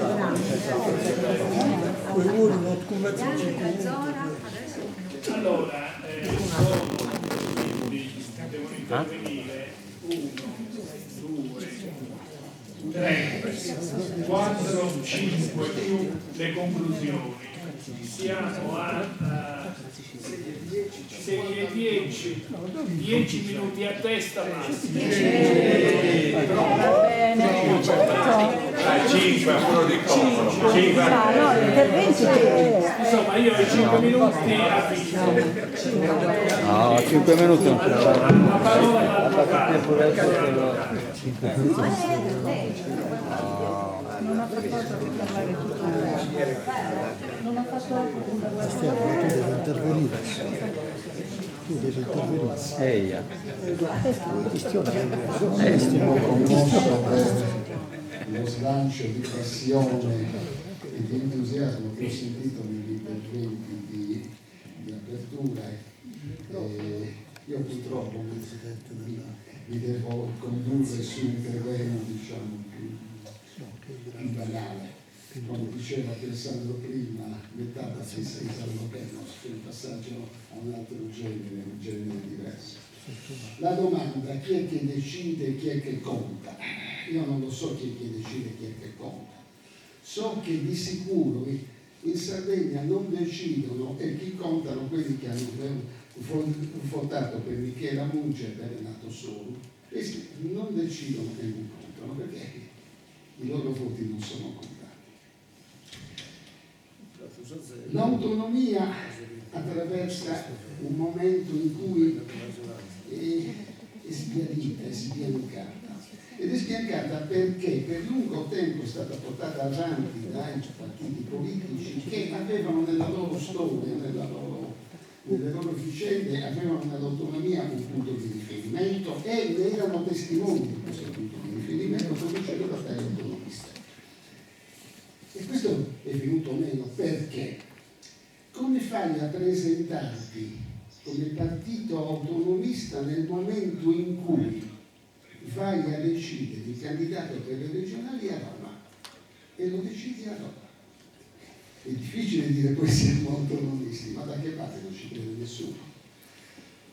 E un'altra osservazione rapidissima. Il 28 agosto del 1798, ripeto, come andiamo lontano, le cose ce le dobbiamo dire anche. Il 28 agosto 1798 la rappresentanza degli stamenti, quella che Martini chiama la servia rappresentanza degli stamenti, decide di rifiutare quanto il re aveva concesso un diploma del 1796 a quelle 5 domande che erano state presentate nel 1794 o dopo. L'hanno deciso gli stamenti sardi. Il problema, vedete, molto brevemente, il problema è un problema di classe dirigente. È un problema di classe dirigente. Il problema dell'autonomia della Sardegna, il problema delle sue prospettive, il problema di come cammina, è un problema di classe dirigente. Una classe dirigente è tale, leggevo nel libro di un costituzionalista bravo apparso in questi giorni, è quello di essere competente e autorevole, di avere autorevolezza. Noi abbiamo un problema di questo tipo, abbiamo un problema di questo genere. Come lo possiamo affrontare? Come lo dobbiamo affrontare? È un problema che riguarda il mondo della cultura, riguarda gli intellettuali, riguarda la società, che riguarda i rapporti tra il ceto politico e il complesso della società.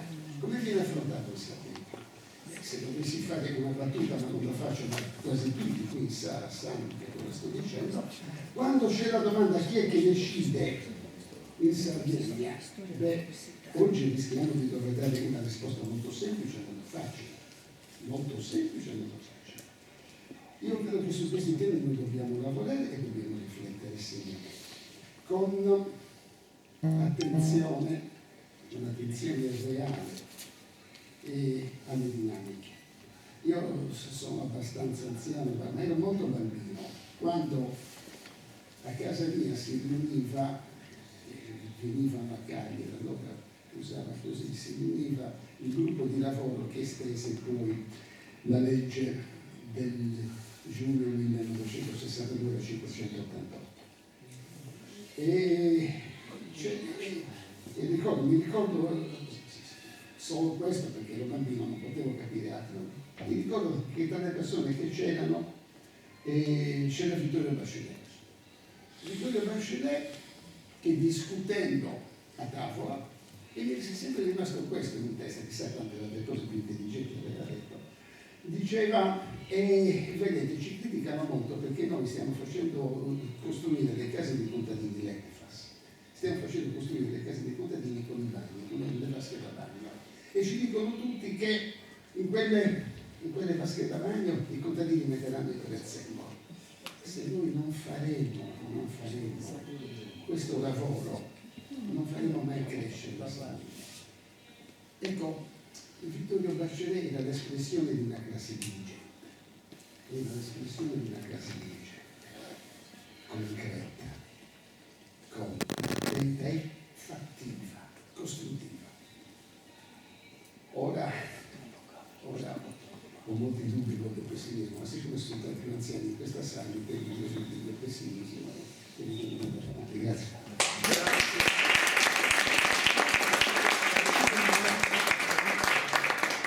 Cristiano, veniți tu, veniți?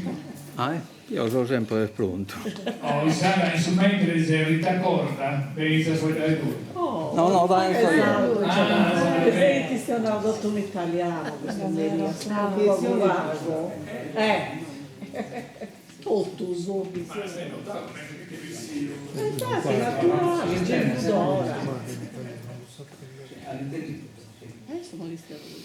Vabbè, io spero che in 5 minuti non è se sono state regolari prima, probabilmente. Allora, che tutti devono andare alla sua manifestazione che per dopo.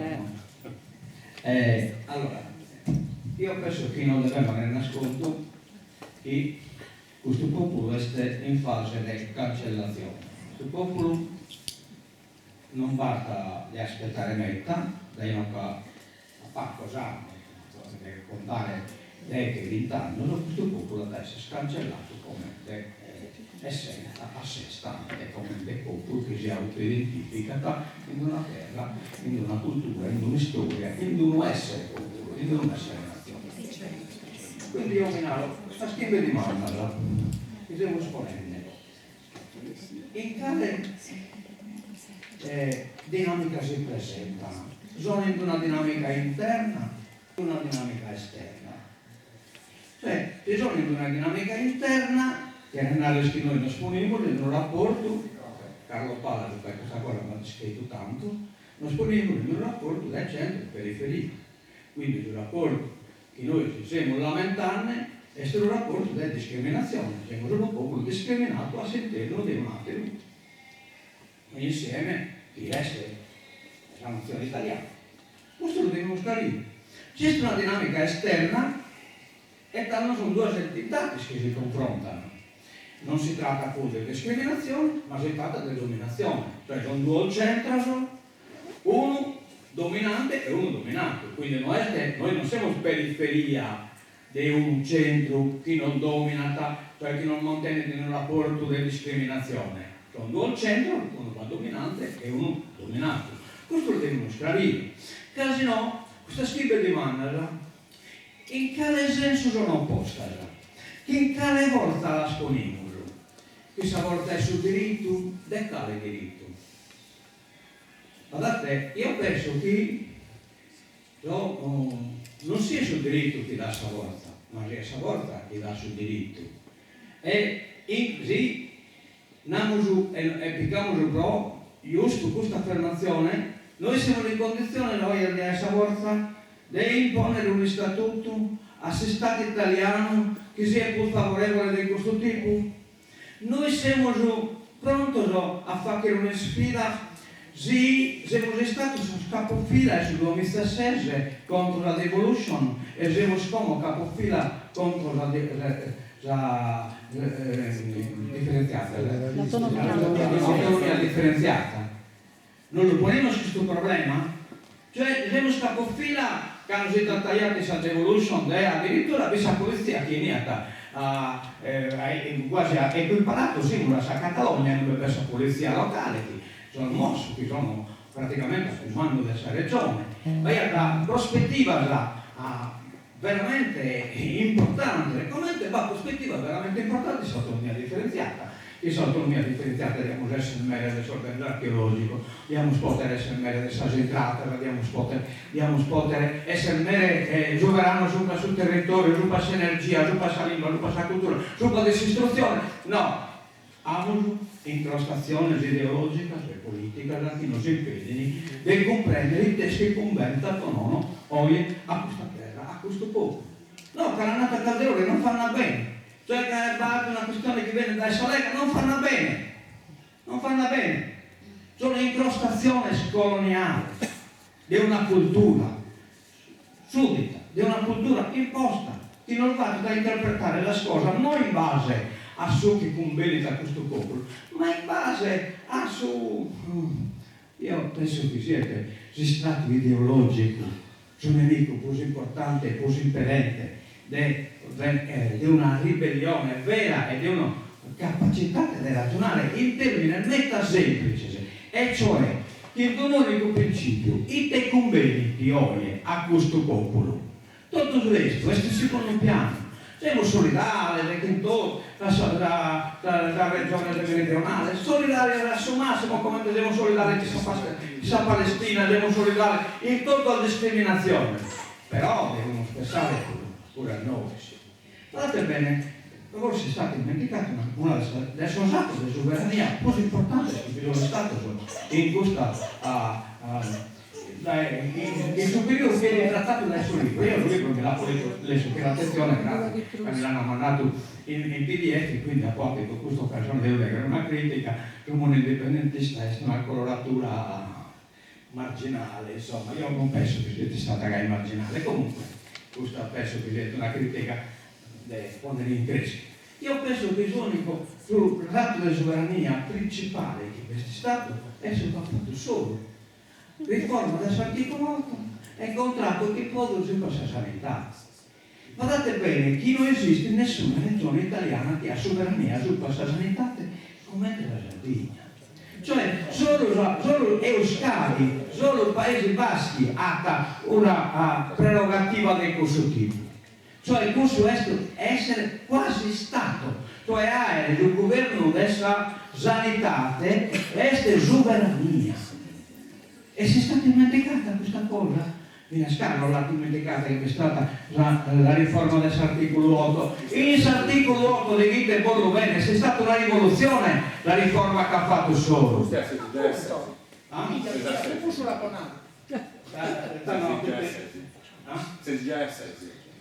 Minuto. No, non mi fa pensato, insomma.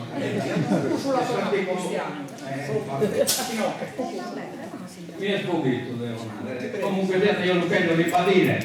Non è stato il vero stato della sovrania, cioè andare a criticare all'articolo 8 da risorse stipendi, da attività dell'Etiana che sono in Sardegna pur avendo sede sociale in Forala, ma mica è una cosa del fatto.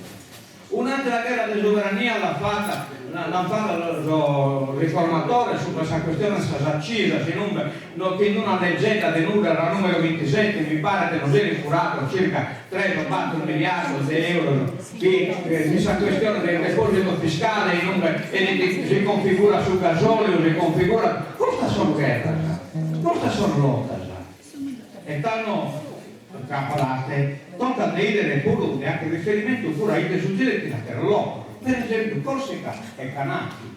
La Corsica e le Canarie sono in la stessa situazione nostra, in contrattazione che si stato francese, però un statuto di autonomia di solo è spiegato, metta a ridotto rispetto a Susanne. Beh, per quale motivo poi lo scorsicano e sono scanati hanno rifiutato di firmare, prima lo scanati anzi l'hanno firmato, poi hanno ritirato la firma, che di fatto il uno contratto in un bel canati e corsicano accettaia un po' sempre di essere francese. Cioè praticamente firmane sul statuto di fatto rinunziaiano ad ogni rivendicazione in canto nazione corsa e in canto nazione canati. Ma lo canati non si sono a Corsa a Parigi, lo canati che sono in Pala de Galera rispetto a Parigi, però sono francesi, da che parte adesso il dominio francese che viene un tempo tipo come sul problema delle isole Falkland, los ingleses e Trump che hanno l'Argentina eccetera eccetera. Sono problemi che non dobbiamo porre e danno non dobbiamo porre questo problema. Noi abbiamo la forza di dire un statuto che prerogativa superiore a Sascamos, ma voi pensate che questo Parlamento e questo Senato hanno accudito da un'ala satira decente che venita da una maniera o da satira, siete in grado di comprendere i test della questione sarda?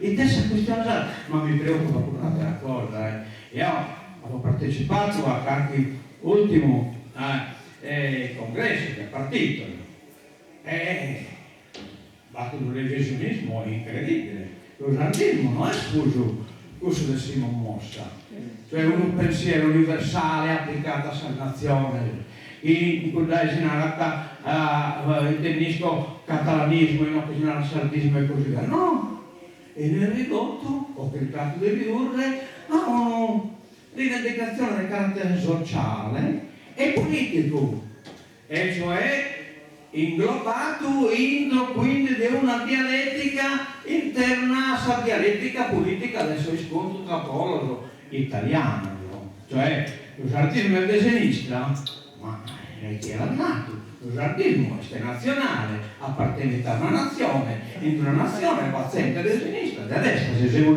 in un periodo di democrazia, o se no che mandiamo un statuto di destra e si vede, e sono pure che lo mandiamo che non sono di sinistra, cioè si distacca il pensiero di libertà, la libertà è valida per tutti, il razzismo è libertà è applicata a una nazione declinata, in una nazione di popolo, e la libertà è declinata per tutto quanto queste persone si appartengono a questo popolo e a questa nazione. Il programma guardate, dobbiamo cominciare ora la questione nucleare, è preoccupante. Cioè la legge delega che sono approvate, che probabilmente viene approvata entro questo mese massimo del sappio, delega al governo, e la legge delega dura da un anno, 12 mesi, quindi è scadenza della legislatura. Tutti i poteri può decidere sul sito se non percorre questa storia nucleare e parlate bene che la Sardegna non viene nominata, ma viene nominato su sismicità 4 e parlate bene che sismicità 4 solo la Sardegna. Grazie.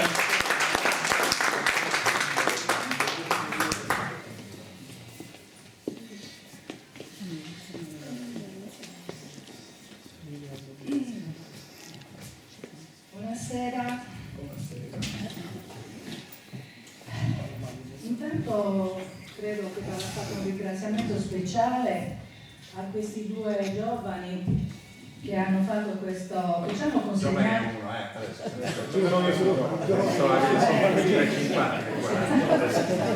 Vabbè che noi giovani sui punti di vista rispetto ai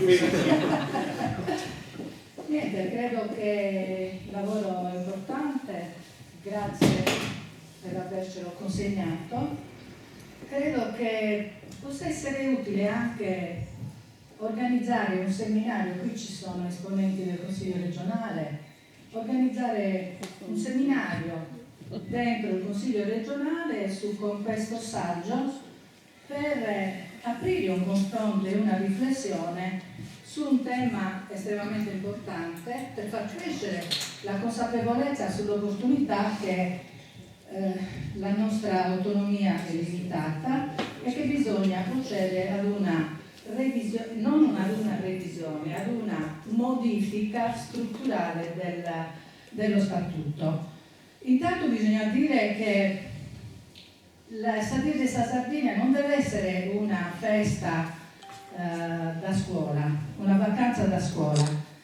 Andrebbe, secondo me, accolta come opportunità proprio per stare dentro la scuola e aprire tra docenti, studenti, studentesse una riflessione proprio sul significato della giornata e far crescere nelle nuove generazioni la consapevolezza della identità, della nostra storia e della nostra lingua, dell'importanza della nostra lingua. Siamo di fronte ad una contraddizione. Da un lato abbiamo la Presidente del Consiglio regionale che esprime continuamente, che denuncia gli attentati del governo nei confronti della regione. L'abbiamo visto anche di recente. La Presidente Todde ha assunto una posizione netta rispetto al decreto Meloni che limita, è un attentato proprio all'autonomia perché cancella le competenze della Sardegna in materia urbanistica, cancella il potere di pianificazione della Sardegna e quindi la Presidente continua, colpisce la nostra autonomia. Non è che non siamo favorevoli alla transizione energetica, certo che siamo favorevoli alla transizione energetica, siamo contro chi vuole decidere al posto nostro, sulla nostra terra, senza rispetto per il paesaggio e l'identità dei sardi. Un appello per tutti i sardi, è il momento di dirlo con chiarezza, uniti, difendiamo la Sardegna dalla speculazione energetica e costruiamo uno sviluppo che rispetti la nostra identità, i nostri beni, le nostre comunità. Questo percorso facciamolo insieme. Se non fosse che non abbiamo una normativa che tuteli la Sardegna, se non fosse che è entrata in Sardegna l'invasione barbarica della speculazione energetica con buona pace della regione, siamo di fronte veramente ad un paradosso. Cioè l'appello a chi lo fa la Presidente? L'appello a chi lo fa? Quando il Consiglio regionale non ha saputo riconoscere una legge di iniziativa popolare con 211.000 firme dei sardi e delle sarde.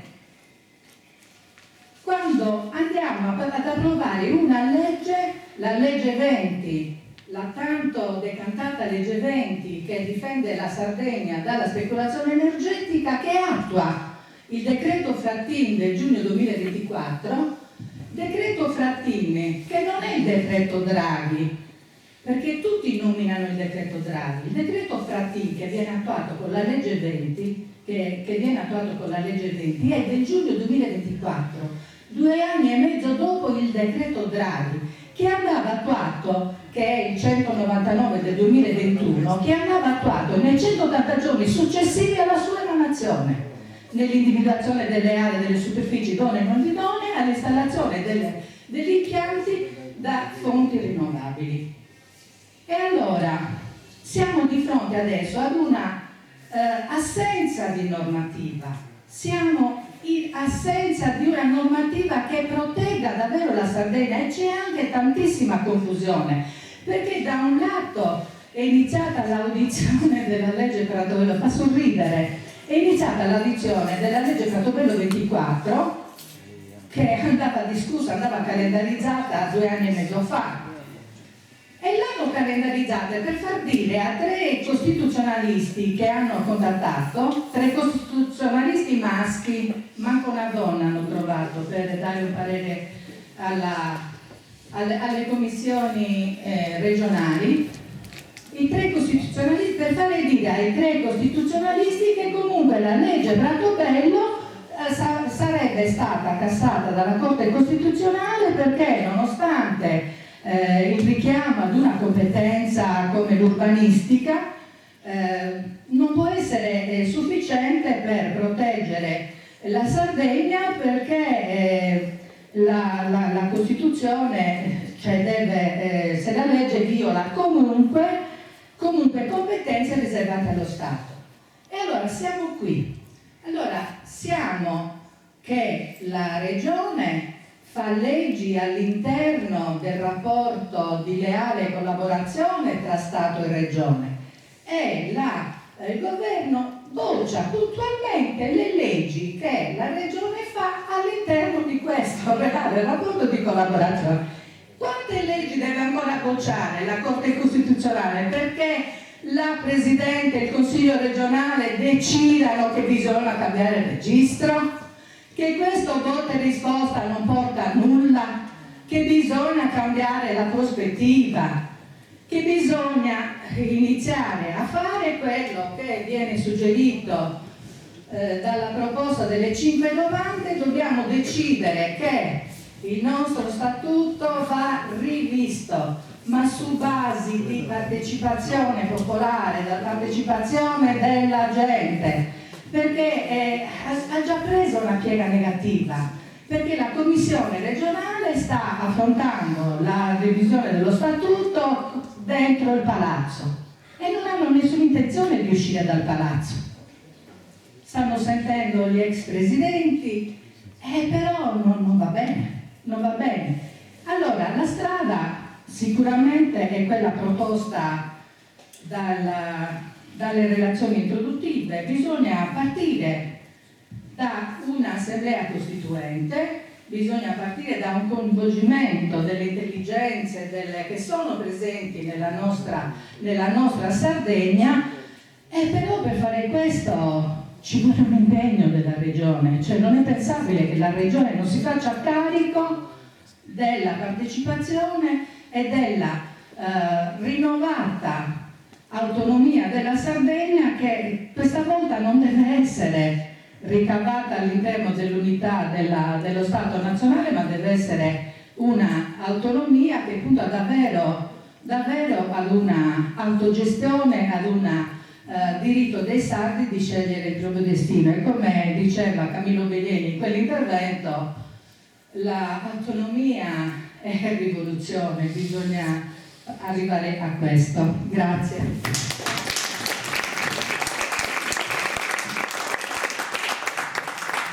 Grazie Rita. La parola a Maria Grazia Caligari. Si prepari Francisco Usetta, poi avremo le conclusioni se non ci sono altri interventi.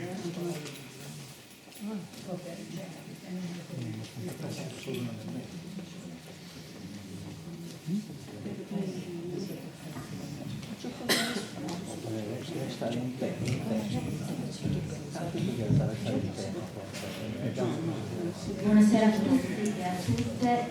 Io innanzitutto voglio ringraziare per questa opportunità e veramente complimentarmi con entrambi che hanno realizzato un lavoro importante, significativo, e con la Fondazione Sardinia, che non manca mai di essere presente su temi che riguardano davvero l'intera comunità. Io non mi riferirò alle questioni che altri molto più bravi di me hanno portato all'attenzione. L'unica questione che vorrei sottolineare, che è una questione politica, riguarda le servitù, e parlo in particolare della servitù penitenziaria.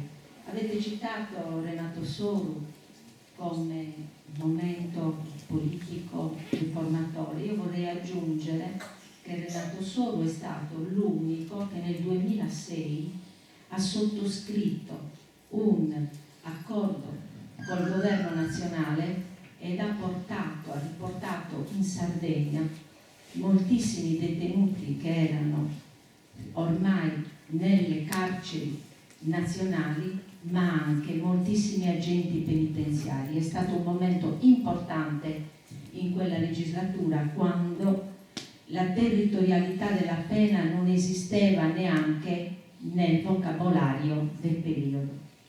E credo che la questione proprio della servitù penitenziaria sia una questione politica che va affrontata non semplicemente indicendo delle assemblee, ma facendo in modo di capire che cosa c'è dietro questa servitù, che è una servitù che parte da lontano. Noi abbiamo avuto i bagni penali, abbiamo avuto perfino un papa che è morto dentro una miniera a Cavolara. Stiamo parlando dell'epoca romana, del 235, ma soprattutto abbiamo e siamo l'unica regione, di questo non ci dobbiamo mai dimenticare, che ha 3 aree territoriali pari a 6.000 ettari di territorio destinate al Ministero della Giustizia. Aree territoriali, pensate che Gorgona, che è l'altra, diciamo così, area che ospita una casa di reclusione all'aperto, perché poi il nome è cambiato, non sono più ex colonie penali, perché non andava più bene chiamarle così, sono diventate case di reclusione all'aperto. Ebbene, Gorgona ha 220 ettari di territorio. Noi soltanto a Iside ne abbiamo 750 e 2700 e oltre sono a Isarenas e altri 2700 sono a Mamone, a Onani. Ok? Allora, io dico questo perché c'è una sottovalutazione, non per la questione semplicemente territoriale, ma per il fatto che non sono produttive. Per esempio, a Gorgona c'è un viticoltore che ha creato un rapporto di collaborazione talmente stretto che questi vini che vengono costruiti e vengono prodotti sono venduti in tutto il mondo, e a lavorarci ci sono dei detenuti. Da noi i detenuti non lavorano. Cosa fanno? Fanno le pulizie. La maggior parte dei detenuti, anche all'interno delle colonie penali, non lavorano, e le colonie penali sono utilizzate esclusivamente dallo Stato per alleggerire il sovraffollamento strutturale. Allora noi dobbiamo cambiare mentalità anche su questo, ed è questo l'aspetto che a mio avviso ha una valenza fortemente politica, perché noi dobbiamo decidere da che parte stare e soprattutto dobbiamo riprendere in mano il discorso col governo e con lo Stato, perché non è possibile, non è accettabile che le persone non lavorino e quindi tutti gli articoli della Costituzione non valgono dentro i nostri istituti penitenziari. Noi abbiamo 10 istituti penitenziari, tra l'altro nel silenzio generale. Non soltanto 10 anni fa sono arrivati 41 bis, ma nel frattempo hanno cambiato, è stata cambiata. La casa circondariale di Piazza Mannu è diventata una casa di reclusione al chiuso a Massama. La casa circondariale di Tempio è diventata una casa di reclusione, anche quella spostata dall'occhio. E nelle case di reclusione ci sono i detenuti dell'alta sicurezza, che sono quelli che sono usciti dal 41 bis. E allora noi abbiamo costruito un terreno nel quale, ovviamente, adesso ci meravigliamo del 41 bis, ma è una vicenda che è nata già da tempo, quando Renato Soro ha lasciato il governo della regione, e dove è finita? Dal 2009 c'è già tutto pronto. Allora, le carceri di Uta con 750 detenuti non sono carceri in cui si può affrontare il problema della risocializzazione, della rieducazione, della garanzia. Noi abbiamo in Sardegna 50 donne che non sono, per le quali non c'è nulla. Allora noi dobbiamo veramente, e io credo che sia finito il tempo di fare le visite in carcere, è arrivato il momento di affrontare il problema laddove si decide e il governo anche regionale può decidere, e soprattutto capire che se lo Stato non è in grado di gestire le colonie penali, le restituisca ai territori.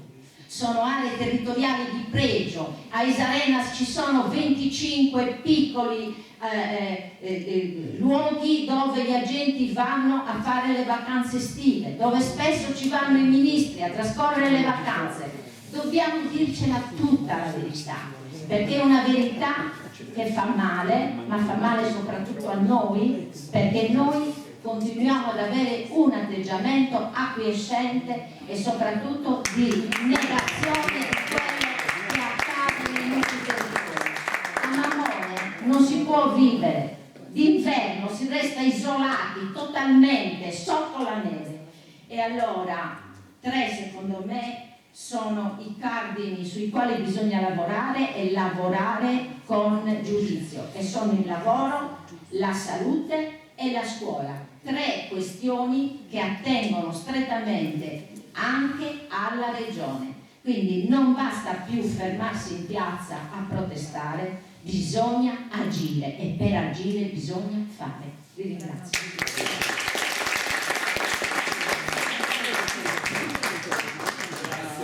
La parola a Francesco. Sì, Gisudella. Marco Mameli, avete chiesto di parlare? No. Buonasera a tutti, ci tengo a portare un saluto da parte dei Nantis e dire che c'è da parte nostra una forza indipendentista che vuole incidere concretamente sul prossimo futuro della Sardegna, di discutere e di confrontarci sugli strumenti. Noi per esempio abbiamo fatto un incontro sul tema dell'autodeterminazione in cui abbiamo chiamato in causa la nostra stessa maggioranza, perché non abbiamo problemi a farlo, in cui abbiamo prospettato delle soluzioni. Non abbiamo la pretesa che siano necessariamente quelle giuste, ma crediamo che in questo momento bisogna trovare la giusta forza, la giusta convergenza da dentro, da fuori, dalla maggioranza all'opposizione per arrivare a delle soluzioni. Noi per esempio abbiamo proposto per aprire una fase di trasformazione dello statuto e farlo avanzare verso quella che per noi dovrebbe essere una carta di autodeterminazione. Abbiamo proposto di riattivare la legge sulla consulta, che è ancora attiva, anche se è stata cancellata la parola sovranità, però la legge è ancora attiva, e contemporaneamente abbiamo fatto mettere nel piano di sviluppo regionale 500.000 euro in previsione per quelle che abbiamo chiamato conferenze sull'autodeterminazione, cioè strumenti di partecipazione sia territoriale sia virtuale, compreso anche lo studio di referendum consultivi che possono chiamare i sardi a pronunciarsi in itinere, per avere alla fine un effetto costituente, cioè riuscire ad avere quell'effetto che noi vogliamo e che, lo sappiamo oggi, a situazioni vigenti, a regole vigenti, non è facile riuscire ad ottenere. Questo perché? Perché il rischio è che ogni legislatura si presenti come costituente e poi gli anni passano. Io ho iniziato che ne avevo 25, adesso ne ho 50 e continuo a sentire dire che questa è la legislatura costituente e non ne ho visto manco una, per tanti motivi, e non sto qui a elencare meriti e demeriti, perché mi sembra spiacevole, anche perché a volte la verità storica è un po' meno romanzesca e romanzabile di quanto a volte non ce la raccontiamo. Detto questo, davanti a questo tempo che passa, stavo pensando prima, visto che ho accompagnato mia figlia che adesso ha 13 anni, e mi diceva: papà, ma mi parlano solo della Costituzione italiana a scuola, dello statuto, delle sadie, non gliene frega niente a nessuno. Non mi dicono, e lei stima moltissimo i suoi professori, li ama molto, e dunque ve lo dico, a me a volte viene da dire: non c'è niente da fare, ce ne andiamo, basta. Ma certo qualche offerta negli Stati Uniti o a Londra, d'altra parte me ne vado via. Poi dico: vabbè, siamo qui da 3500 anni, converrà continuare a combattere, a poderai e a combattere. E allora mi dico: dov'è questa radice? Chiudo, dov'è la radice di questa decisione di cui parliamo? Beh, la radice penso che ce l'abbiamo noi, ogni mattina ci alziamo e dici: vabbè, continuiamo, decido di continuare a credere nell'indipendenza, nella nazione sarda, nel popolo sardo, proprio di andare avanti. Ti alzi e dici: io mi sento dentro una continuità con Giovanni Maria Angioи, Francesco Ciloco, Francesco Sanacoro, ma non per darmi perché io non sono un martire, no? Non mi farò sparare come quegli esempi di patriottismo come furono Sanacoro e Ciloco. Farò sparare perché devo vedere l'indipendenza, non per altro, cioè nel senso, se mentre mi sparano la dichiaro va bene, ma No, non vale, ci devo essere. Secondo me noi possiamo decidere, noi abbiamo la possibilità di decidere. Per esempio, io mi piacerebbe se noi uscissimo da qua decidendo tutti che apparteniamo alla nazione sarda, non è scontato. Pure i nostri patrioti, di cui tanto ci riempiamo la bocca, quello credevano, non si sentivano italiani, non pensavano di dover giurare fedeltà. Non esisteva l'Italia.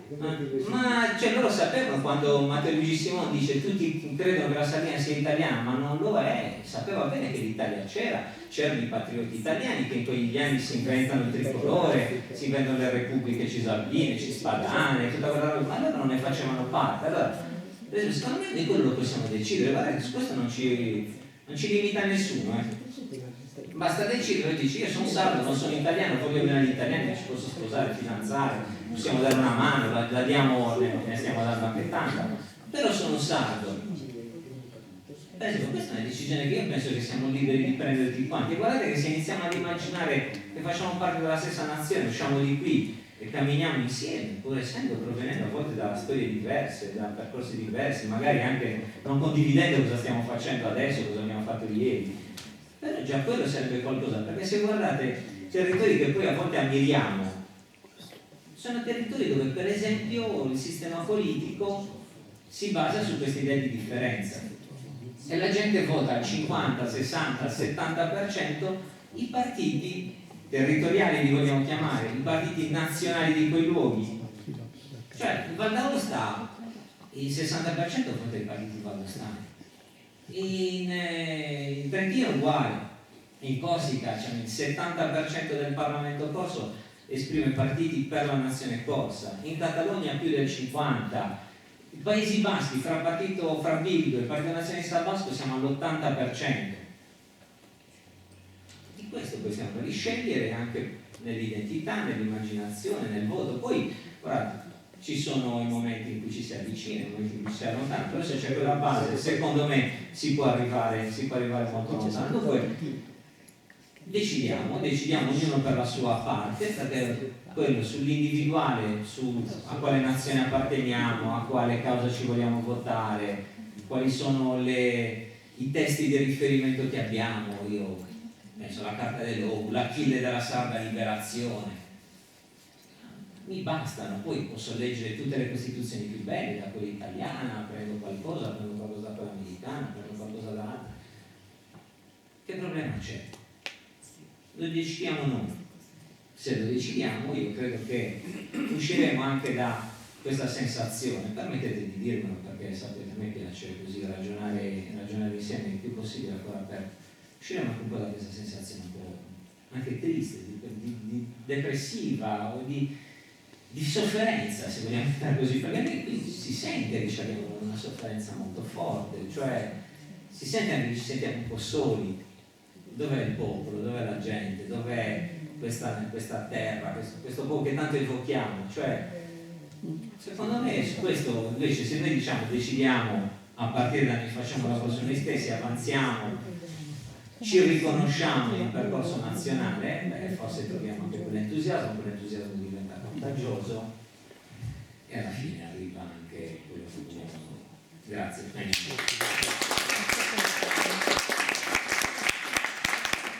Grazie Francisco. Adesso fase conclusiva, do la parola al segretario del comitato Antonio Langione. Grazie. Innanzitutto buonasera a tutte e a tutti.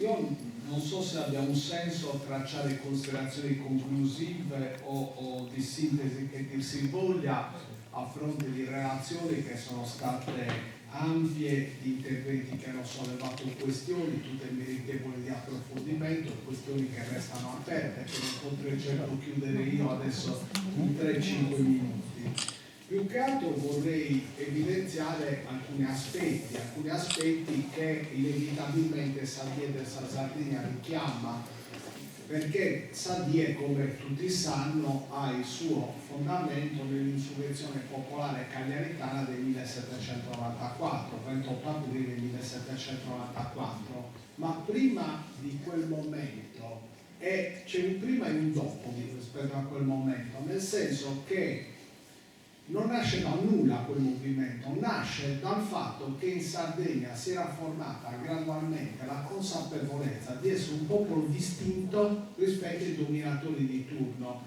Quindi quando si acquisisce questa consapevolezza di essere un popolo distinto, si può rivendicare dei diritti propri, dei diritti in quanto nazione, dei diritti di sovranità, dei diritti di decidere e così via. E c'è anche un dopo rispetto a quel momento, cioè dopo il 1794 successivamente emerge Giovanni Mariangioli come figura con molti anche antifeudali, quindi di grande portata sociale oltre che politica e autonomista. C'è Sanacorda, Cinocco, cui si è fatto riferimento, e poi ci sono a Cagliari sempre l'insurrezione, la congiura di Palabanda, insomma, che sono momenti di una tensione autonomista, io dico autonomista in senso lato, perché si ha la consapevolezza che c'è un popolo distinto dai dominatori. Ecco, però questo popolo acquisisce la consapevolezza di essere distinto perché ha una sua storia propria, una sua lingua, ha sue tradizioni, ha sua cultura, ha un suo modo di pensare e ha una sua etnicità che lo distingue dagli altri popoli. Però per poter raggiungere obiettivi si deve dotare anche di una classe dirigente adeguata, perché abbiamo visto che questo processo che ha fatto pochi passi, come si vede in tutta questa lettura e queste ampie relazioni che sono state svolte, ha avuto dei momenti più alti e dei momenti di arretramento, perché il sentimento nazionale sardo è un sentimento carsico che scorre, va sottoterra e riemerge quando la stagione si fa propizia, ma si fa propizia se c'è una classe dirigente in grado di portare avanti, di contrattare con Roma. Uno dei problemi, per esempio, è la struttura dei partiti. I partiti hanno un'organizzazione verticistica nazionale. Il Partito Democratico Sinistra ha tentato in piccola parte, è riuscito ad avere una forma federata, ma ci sono partiti, per esempio Fratelli d'Italia, Forza Italia, penso, ma come fanno questi o la stessa 5 Stelle, come fanno a opporsi a una decisione che il loro leader nazionale decide? Cioè non è configurabile questo. Allora, per essere concreti bisogna agire sia sulle strutture dei partiti, avere la capacità di creare classe dirigente sarda, perché lo sviluppo della Sardegna o lo facciamo noi sardi o non ce lo fanno gli altri. Se noi pensiamo che il modello di sviluppo della Sardegna e il suo progresso ce lo regalino i lombardi o i veneti o i romani, siamo delle persone, per non dire peggio, ingenui. E allora voglio dire, bisogna fare uno sforzo, perché al di là delle forme giuridiche, io sono per una forma federale, ma anche un autonomismo, se fosse concreto, reale, può essere un passaggio importante, ma io sono sempre per un federalismo, perché l'autonomia che hanno tutte le regioni, perché in base alla Costituzione tutte le regioni sono autonome, tutte. Alcune sono partite prima, altre dopo, nel 70. Però noi, oltre che autonomi, siamo speciali, e qua mi riallaccio al discorso di Carlo Pala, non sono cose in contraddizione. L'autonomia riguarda tutte le regioni, la specialità bisogna però individuare le ragioni, perché se noi rivendichiamo una specialità dobbiamo individuare i fondamenti, ecco, i fondamenti nel presente, perché una specialità della Sardegna nel Settecento, le 5 domande del Settecento sono diverse, non le riproporremo oggi, sono state attualizzate, sono stati riempiti contenuti diversi. Quindi questo, la specialità di oggi ci serve si fonda su presupposti diversi da quelli del passato e serve a dare risposte a esigenze che sono diverse di quelle del passato. Grazie.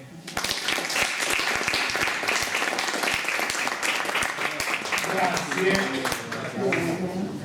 Ha concluso lui e adesso alcuni di noi prendono via Manno e incontreremo la fiaccolata che ci viene incontro, poi seguiremo il comitato che è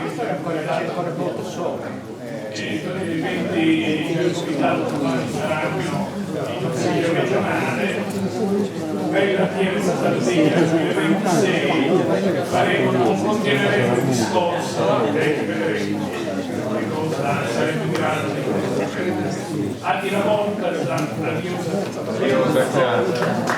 grazie